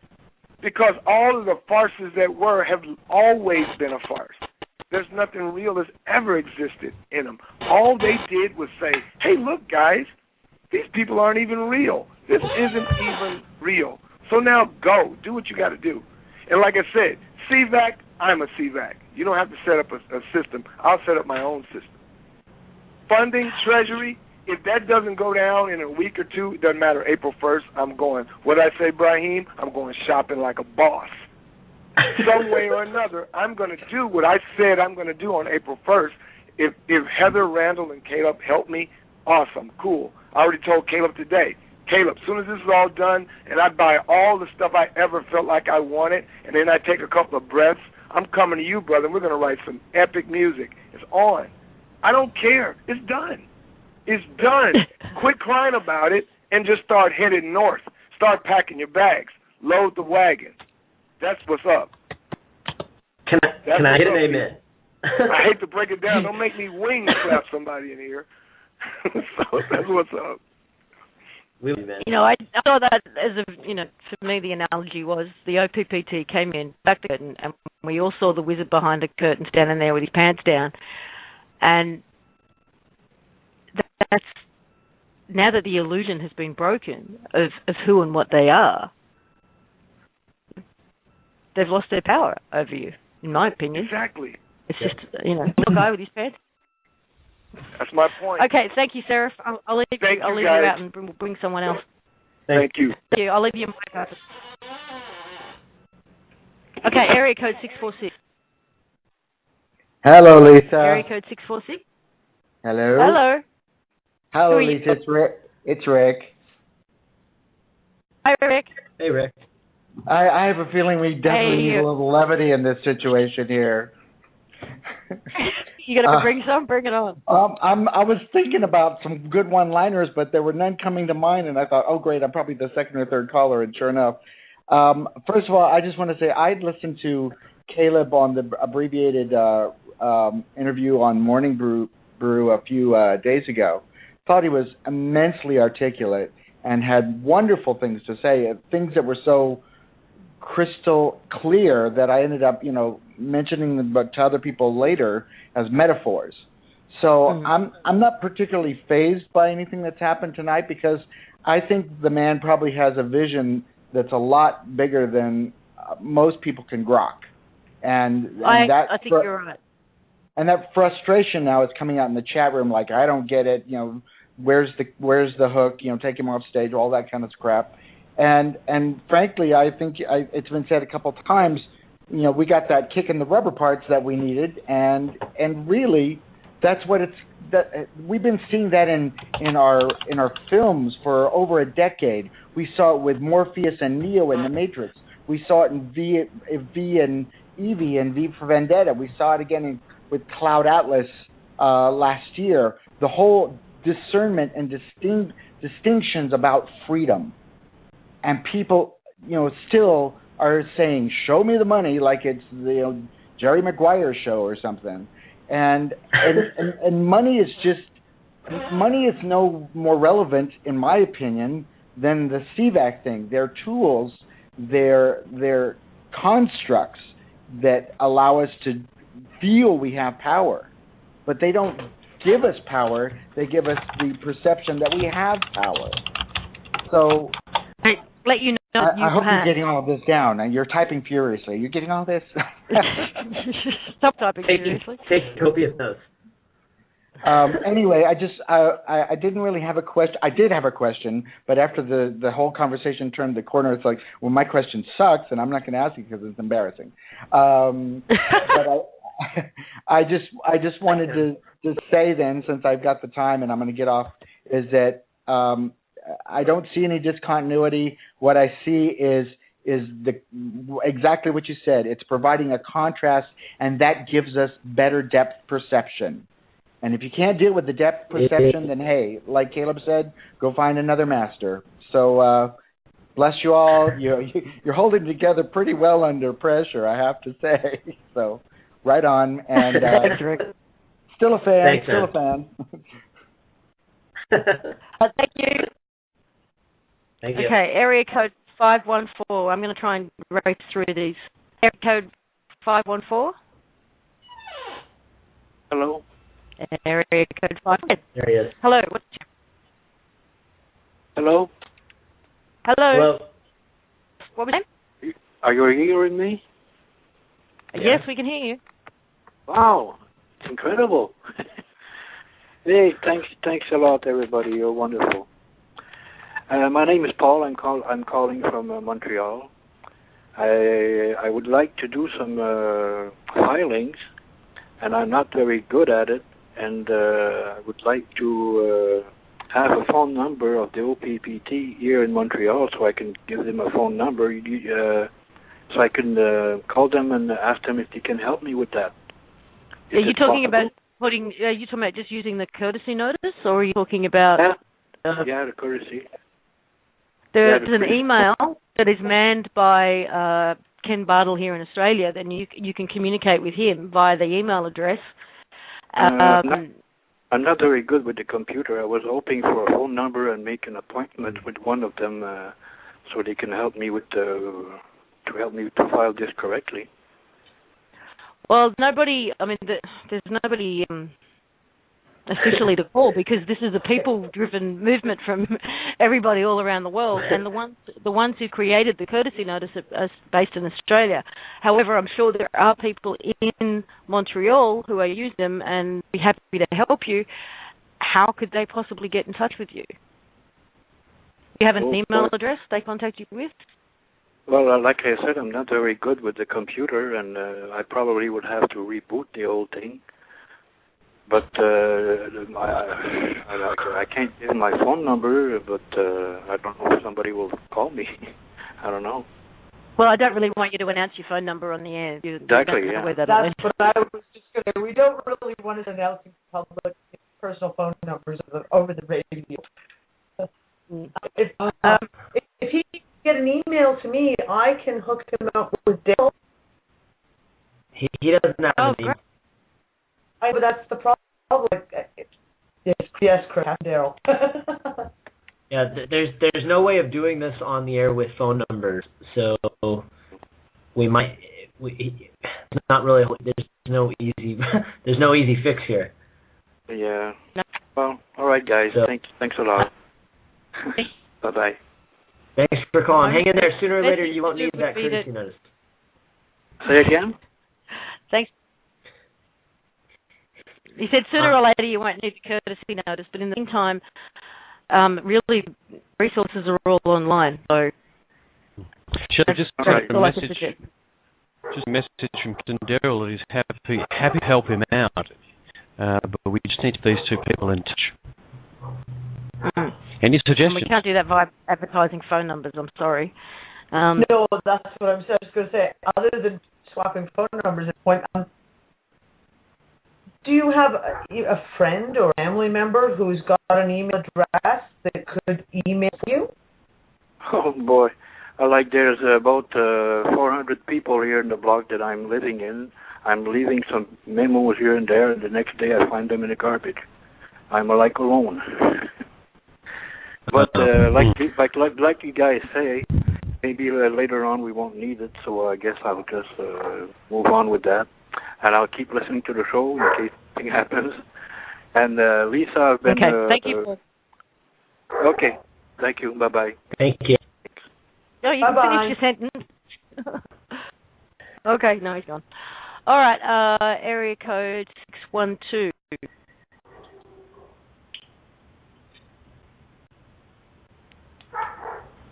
Area code 612? Hello? Yes. Hi, Lisa. What's your name? It's Elizabeth from Minnesota. Hi. Hi, Elizabeth. Hey, I feel sorry for that man that we talked about standing up all night, and maybe you could see his phone number and give it to Dee, and she can hook him up with the guy who can help him. I don't know. But anyway, that was a suggestion you can do, because I think you can see the phone numbers. Yeah. I could have, but it's off. And, this has been a roller coaster ride tonight. I just want to tell Caleb, thank you, my man, my brother, for bringing the contrast. I tell you, it didn't feel too good. But, brother, it's for a reason, because the ones that know this line, we are in Mercury retrograde, which means if people don't know what that is, we're looking into ourselves, each one of us, and everybody, there's a lot of people on this call, and, most of this call, they're, like, lost. But that's okay. Hang in there. Because to me, Caleb, Heather, and the other guy, the trustees, just tonight was a microcosm. Even though they have not completely, but different opinions on what they did, they hung together. They were a team, and they put this tool in place for us. Even though it sounds like they're not together, but they are. And that's kind of where we're at right now. I just want to encourage everybody. From what I learned from a fantastic lady, Cynthia, regarding the energies, this is where it has to go. Lisa, you're right. We're at the last push. We're in a birth canal. We're going to be birthed. And it's going to be a brand new world, and we're going to think and do and know brand new things that we never imagined. And March 28th, there is a lineup, and I believe from December 21st, 2012 to March 28th of 2013, we're in a birth canal, and we're going to be birthed on that day. There's a lineup of Venus, the Sun, and the Earth on that day. And, hey, it can happen in a twinkle of an eye. So when that twinkle of the eye, the way I can see it is that's the only way it can happen for us to come into a stronger unity and stand up like Caleb so has in his heart. Yes, that one guy that spoke earlier, yes, Caleb, you're way ahead of us. And you're way ahead of us. You're a young man, and we're about ready to catch up, sir. So I love you and love everybody, and hang in there, everybody. And Lisa, thanks for bringing up. I think that's the missing puzzle piece, and we had to have this conversation tonight. So, Caleb, thank you. Love you guys. Thank you. Thank you, Elizabeth. Hey, before we do run out of time, is there anything else that is said to you, Dee? Are you with us, Dee? Hold on. Oh, I am unmuted. Is there anything else that Heather gets said to you that you can share? Because people are wanting to hear whatever we've got that's come from Heather. You know what? It's done today. It's done. It's all done. It's completely done. And everything. We as humans, as of today, officially have all of our value back. It is ours. Ours to keep, to have, and to hold, and all that good stuff. And that is one of the most important aspects of everything that we've talked about so far. Every person is their own CVAC. And each of those beings has been given their value back. It's theirs to have. So essentially, with or without paperwork, because the UCC is also gone, right? That's right. The CVACs are online because we're all here. We're all online. That's right. And we do... Okay, so whatever needed to be done in the background in terms of giving us access to our value has happened. Yep, it's taken care of. It's all been taken care of, and now it is the moving forward on how does that play out. The term that I believe, and I hope I'm getting this right, that Heather used to me last week was, up until this morning, it was getting the CVAC system set up, ready to go. This week is dealing with the treasury aspect of it, so to speak. Again, it doesn't even remotely adequately describe it, obviously, but it gives people at least a basic understanding of where we are. So if I understand what you're saying, whatever needed to happen behind the scenes in order to create the access to value system, the treasury system, has happened. Yeah. And what we're on the verge of now is the unfolding of the whatever mechanisms need to happen in order for us to actually access it. Exactly. So for all the people who were freaking out about what Caleb was saying, who thought it meant no CVACs, no treasury, you're saying that's not the case. what I'm saying is that exactly the CVACs are each and every individual person. Each person, each being is their own CVAC. That's the whole basic idea behind it. And the final put together of it all will happen this week. Over the next course of, I'm not sure exactly how long, but we didn't get to that conversation. I have been able to have a decent Skype conversation with Heather in about 72 hours with her internet being the way it is. I know. So give it, we're looking at, again, that week to 10 days time of all the rest of it being done. Okay, so someone, Ryan, please. Ryan, stop beating up your hair, please. Yeah, it's really noisy. Ryan, get in the naughty again. Okay, so based on the... I want to be absolutely clear about this because there's been so much confusion so far in this call. And people have something and made it mean something else. And now you're being accused of backpedaling. So, trying to get a connection between what you're saying and what Caleb was saying. Unfortunately, I wasn't able to listen to it. I missed all of what Caleb was saying. I came in back on at the very tail end of it, so I pretty much missed everything that Caleb said. Sorry, Caleb. Okay. Well, to be really clear, Caleb did not say there will be no CVACs and there will be no Treasury Acts. He did not say that. He stated his opinion about how he would do it. And I think you'll agree with that, Caleb, if you're unmuted. And also, Caleb hasn't had any direct discussions with Heather about exactly what she was doing or was going to release today. Is that also true, Caleb? Very true. Well, then what we were listening to was Caleb's views. And Caleb is completely entitled to his views. So, insofar as where is Heather's at with the development she's doing on giving us access to value in the CVACs, that we are stands. Full steam ahead. Yeah, according to Heather, we are seriously full steam ahead. Yeah, I mean that's the message we've been getting for several days from Heather in bits and pieces as she gets back on air. So, in fact, that proposition still stands.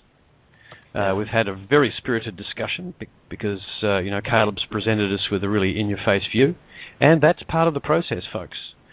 So, given we've only got a few minutes to go on the show, Lisa, let's just keep pushing to get absolute clarification from Heather over the next 24 hours. And well, hang on, we might be able to do that now. 1 second. Well, trying to...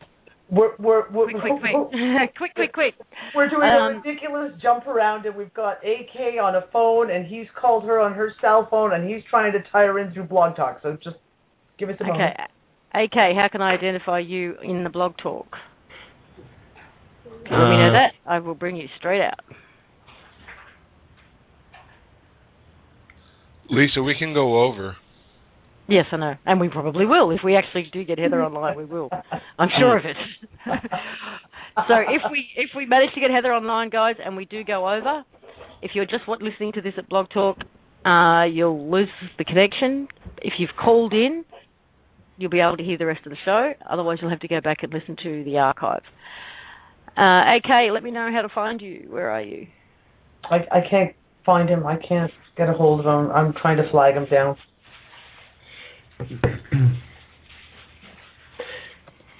I can just speak while you guys are looking for Bill to the energy that Heather was portraying in the Skype room today was absolutely. I mean, she was excited and positive. I watched a lot of the Skype dialogue, but the only person that's going to be able to speak for Heather is Heather at this point.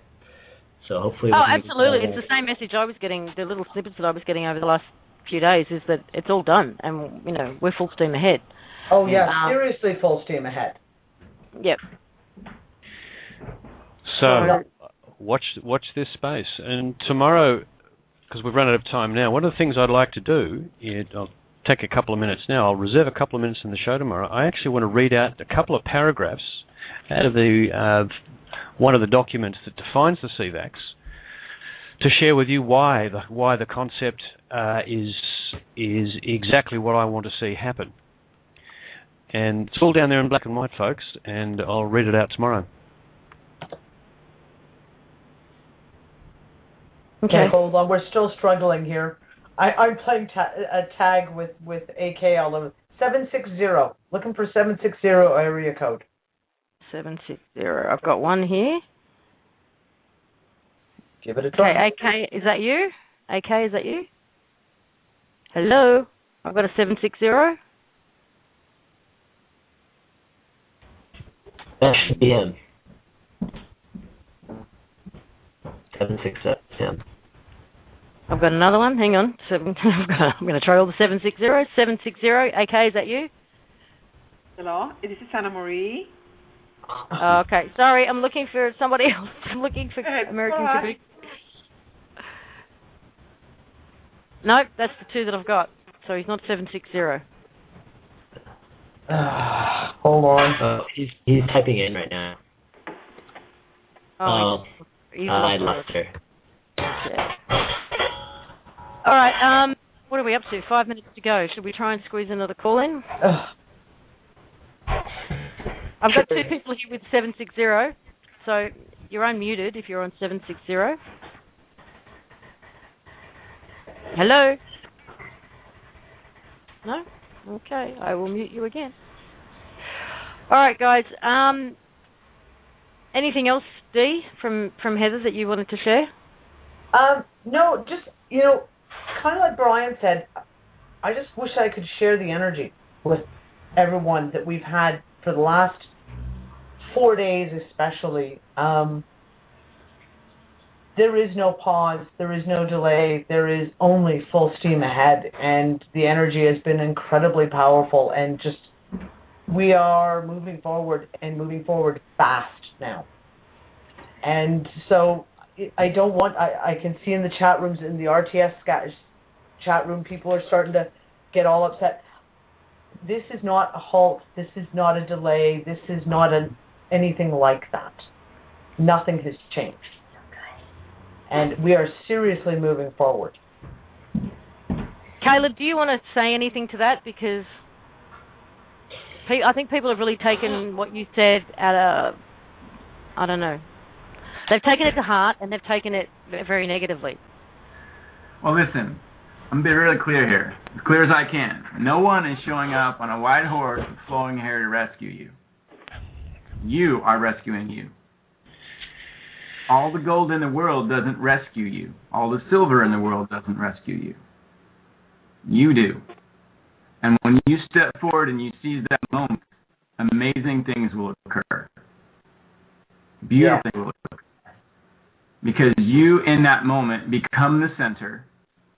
And once you become the center, you realize all of the value flows through me. And you'll have this awakening. And in that moment, you'll see what I am particularly speaking towards. You'll see that you need anyone give you permission to do anything. You don't need a degree, you don't need a high school diploma, you don't need anything other than the idea that you can go forth and achieve that what you perceive. But that's you. I kill you. I will not do that for you. And as you come to that space, as you undo all of the programming that's been put upon you since you were born, since you were 6 years old or years old, you'll start to see the world in a whole different light. And then you will see that, not in a narcissistic sense, but you will literally see that you are the center of it.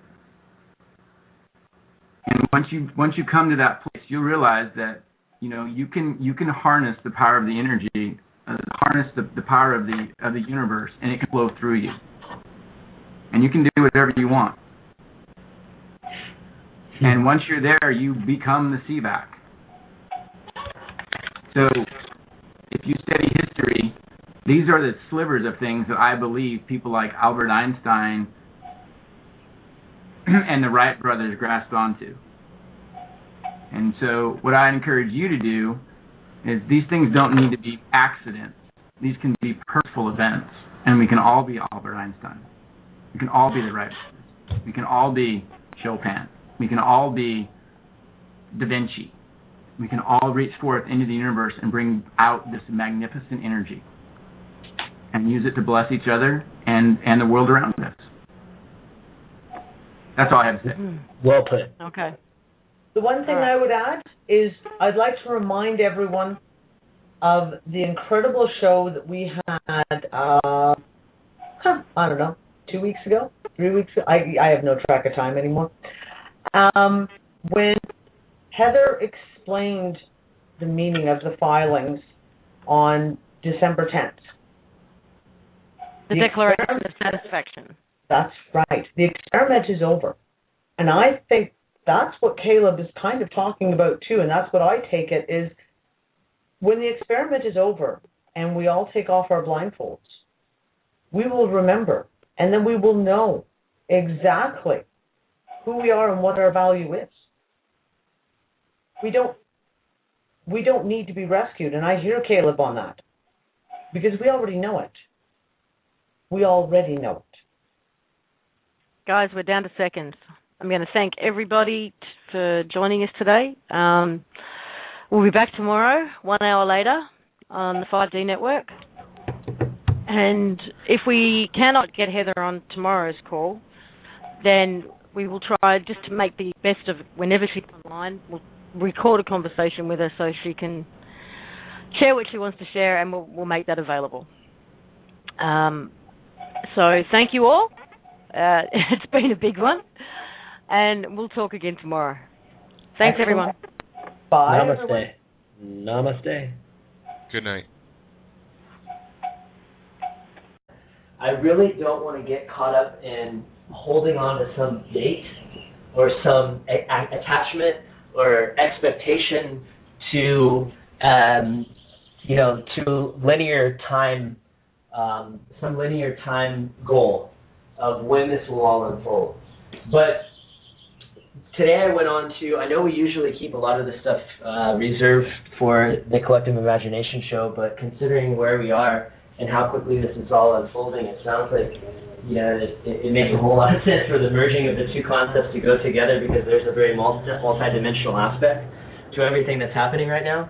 And so before I went on to my radio show that I did this morning, which is the ET First. Brian, can I interrupt for just a moment? Brian? Yes. Yeah, go for it. Are you walking around the room? Can you hear me walking? We can hear you moving in away from the microphone, closer to the microphone. But we've got Caleb. We've actually got Caleb with us. Caleb, can you hear me? Yeah. Yes, I can. How are you? Yeah, Brian, just stay near your microphone. It's the one on the computer that's working, so stay near it. Oh, okay. Well, I have the one on my head that I've been talking into all day, but I'll sit at my computer. So, so anyways, it was I asked Heather, in regards to going onto this show, because we knew there was going to be a lot of listeners, and if she could shed some light on whether or not it was a good idea to speak to this particular article and some of the things it shared, and she told me, of course, to follow my inner guidance, which I saw that one coming from a mile away, and made the decision that referencing to it and pointing people to go and read it was a good idea, and that she also shared a message that she wrote in Skype, which I'll read here, and then Caleb will probably, if anybody has any follow-up questions with Caleb, because she talks about a meeting with Caleb and Randall in this comment. She says, just met Caleb and Randall today. Commercial registry is closed, all value returned, and OPPT satisfies its purpose, and all creation's trusts are satisfied, no longer needed. Purpose was to guard, protect, and empower being and doing, and return the value. And then in capitals, today it is all done. Okay, Caleb, maybe you can elaborate.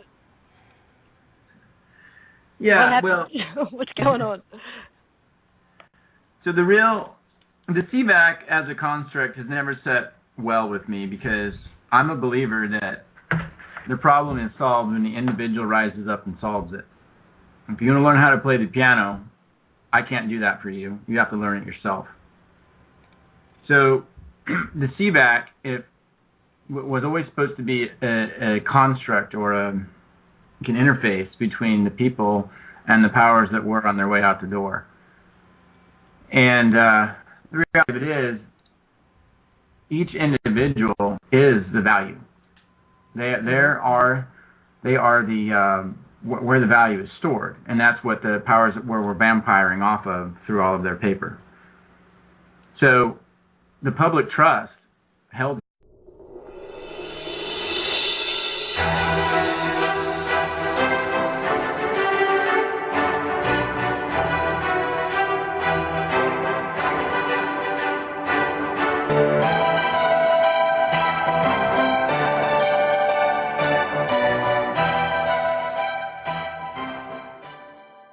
Oh, welcome everyone to this week's Oppt In show. This is Lisa Harrison, and I don't know what to tell you about today's show.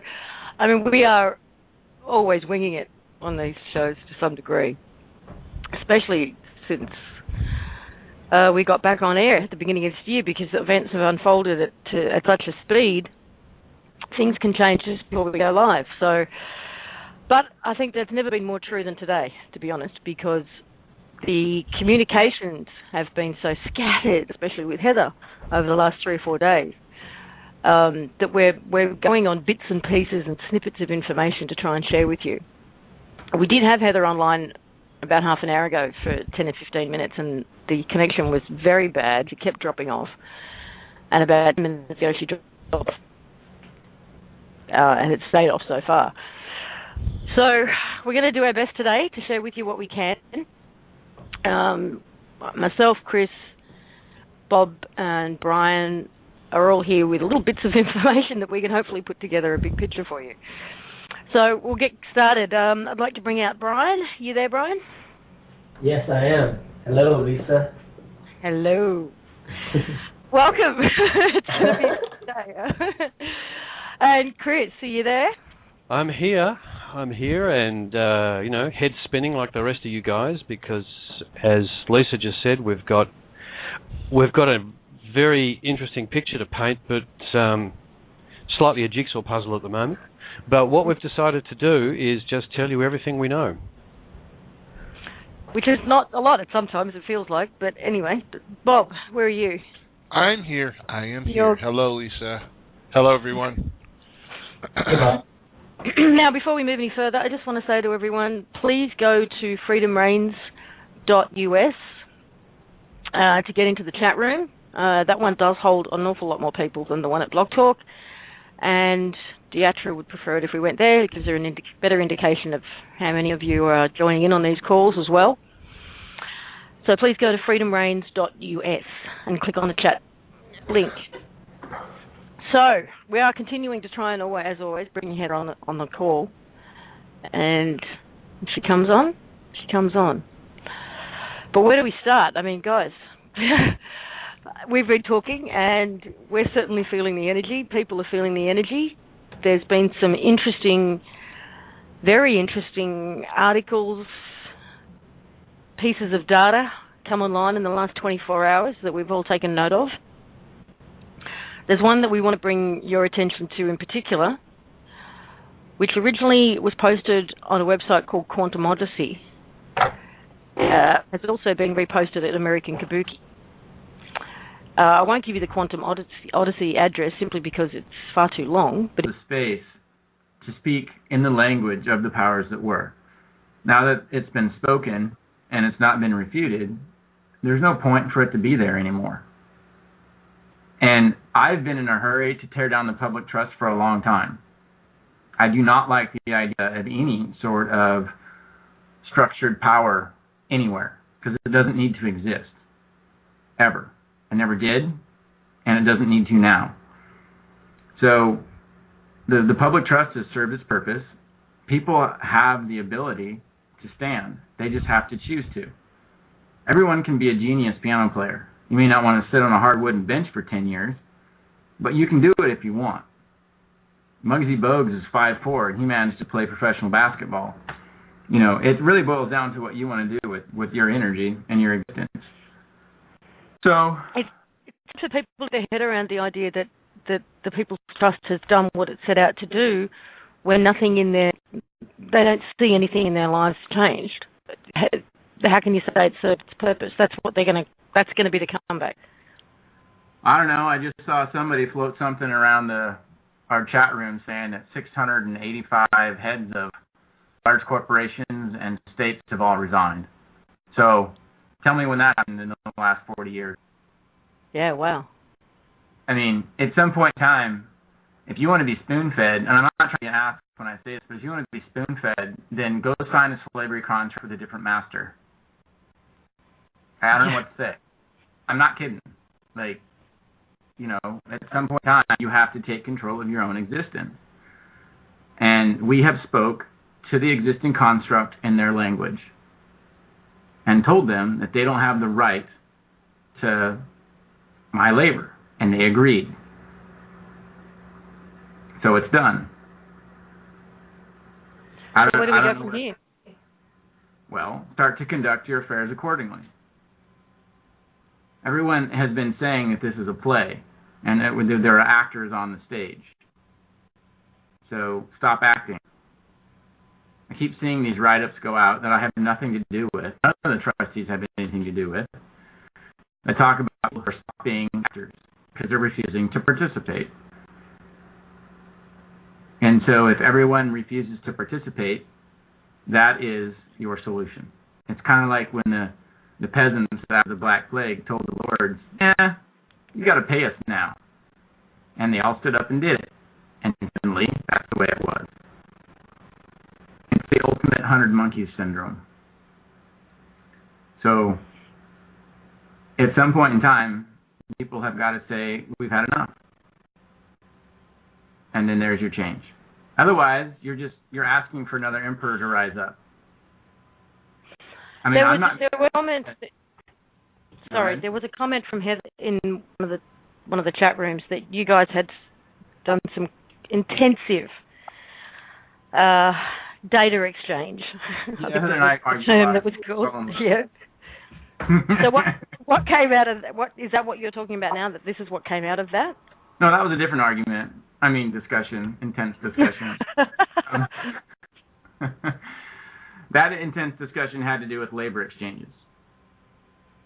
And Heather is saying that in the very short future, you'll tap into a construct and download whatever you need. And then there's no point for labor exchanges because it won't take 10 years to learn to play the piano. You'll go ask the universe for it, and it will give that to you. Yeah. And your side of the story is? Well, I can tell when I'm playing Bach versus when I'm channeling Bach versus when I'm channeling the energy that Bach was inspired by. So the real question is am I willing to set down my pride as a person, as a human, and let that energy flow through me? Because to do that, I have to put aside my own nature, and I can't say I can't say how great I am, because something else is motivating me. I just become a vessel. So, are we willing as a people to do that? It's an interesting question, but I know it's real.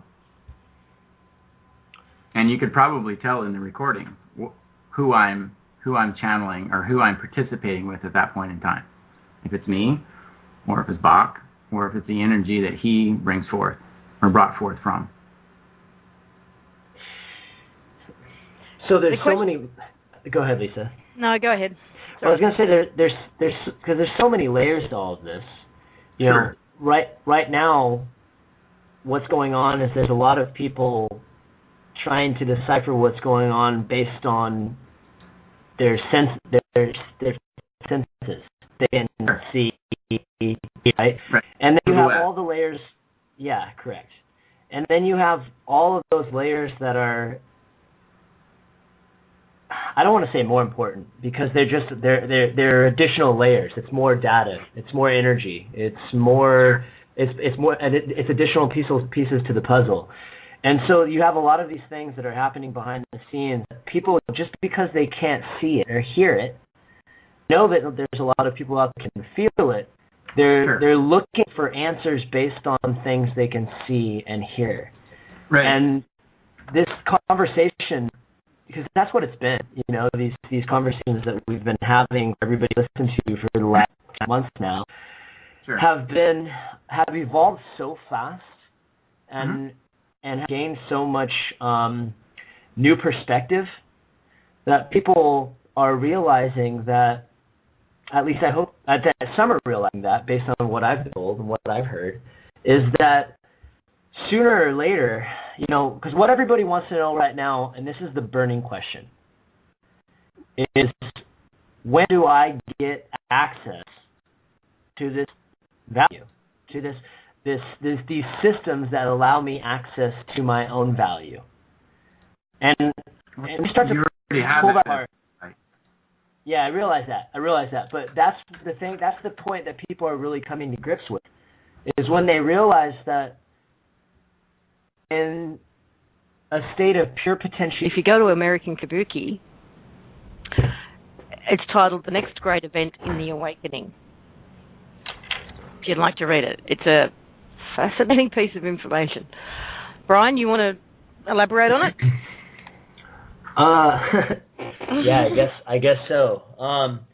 Well, this particular article got shared with me by Diva last night as we were Skyping, and it sounds like you're looking away from the microphone, Dylan. We can't quite hear you. Okay, can you hear me now? Yes. Okay. So yeah, it got shared with me last night, and I had one of those reactions to it, similar to the one when we read the document talking about the end of duality that got put together. It was a trigger. It looks like somebody's trying to. Maybe we'll get Heather. Do you guys get that beeping or no? It's actually Diva. No, it's Dee. Oh, Dee. Hey, Dee. Okay, cool. Hi, guys. I'm muting out because I have screaming children all over the place. But I'm appreciated. So, hi, Dee. You don't have to respond. I know you're muted. So, back to what I was saying. This reading it.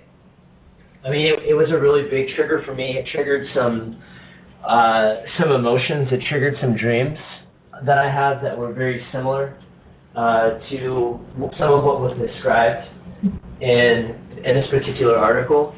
And once everybody read it, that was in this particular Skype room, everybody kind of all agreed. And then this morning when we woke up, we, Heather, considering she's in Africa, she talks a lot of stuff through the night, and then we wake up and read it in the morning. And some of her comments that she had to weigh in on this particular article essentially was such that she agreed with almost every component except one of the lines that is based in somewhat of a limited perspective in the 3D, 4D, 5D use of terminology, which she's, now, she has been saying, and we've all been saying, that it's a reconciliation to the absolute, and the hierarchy is part of the illusion. And so it was a confirmation for me. I mean, I knew when I read it that this particular event is something I know a lot of people have been not only waiting for, but readying themselves for at a much deeper level of awareness and a much deeper level of consciousness to be a part of whatever and however this whole thing unfolds. And what it's saying is that March of 2013 is going to be the month which has been also what I've been told is that the Hopis through Drumbelow Melchizedek have been saying the same thing, and there's a few other groups that have also been saying the same thing. And as much as I don't like to get caught up, and I said this last night,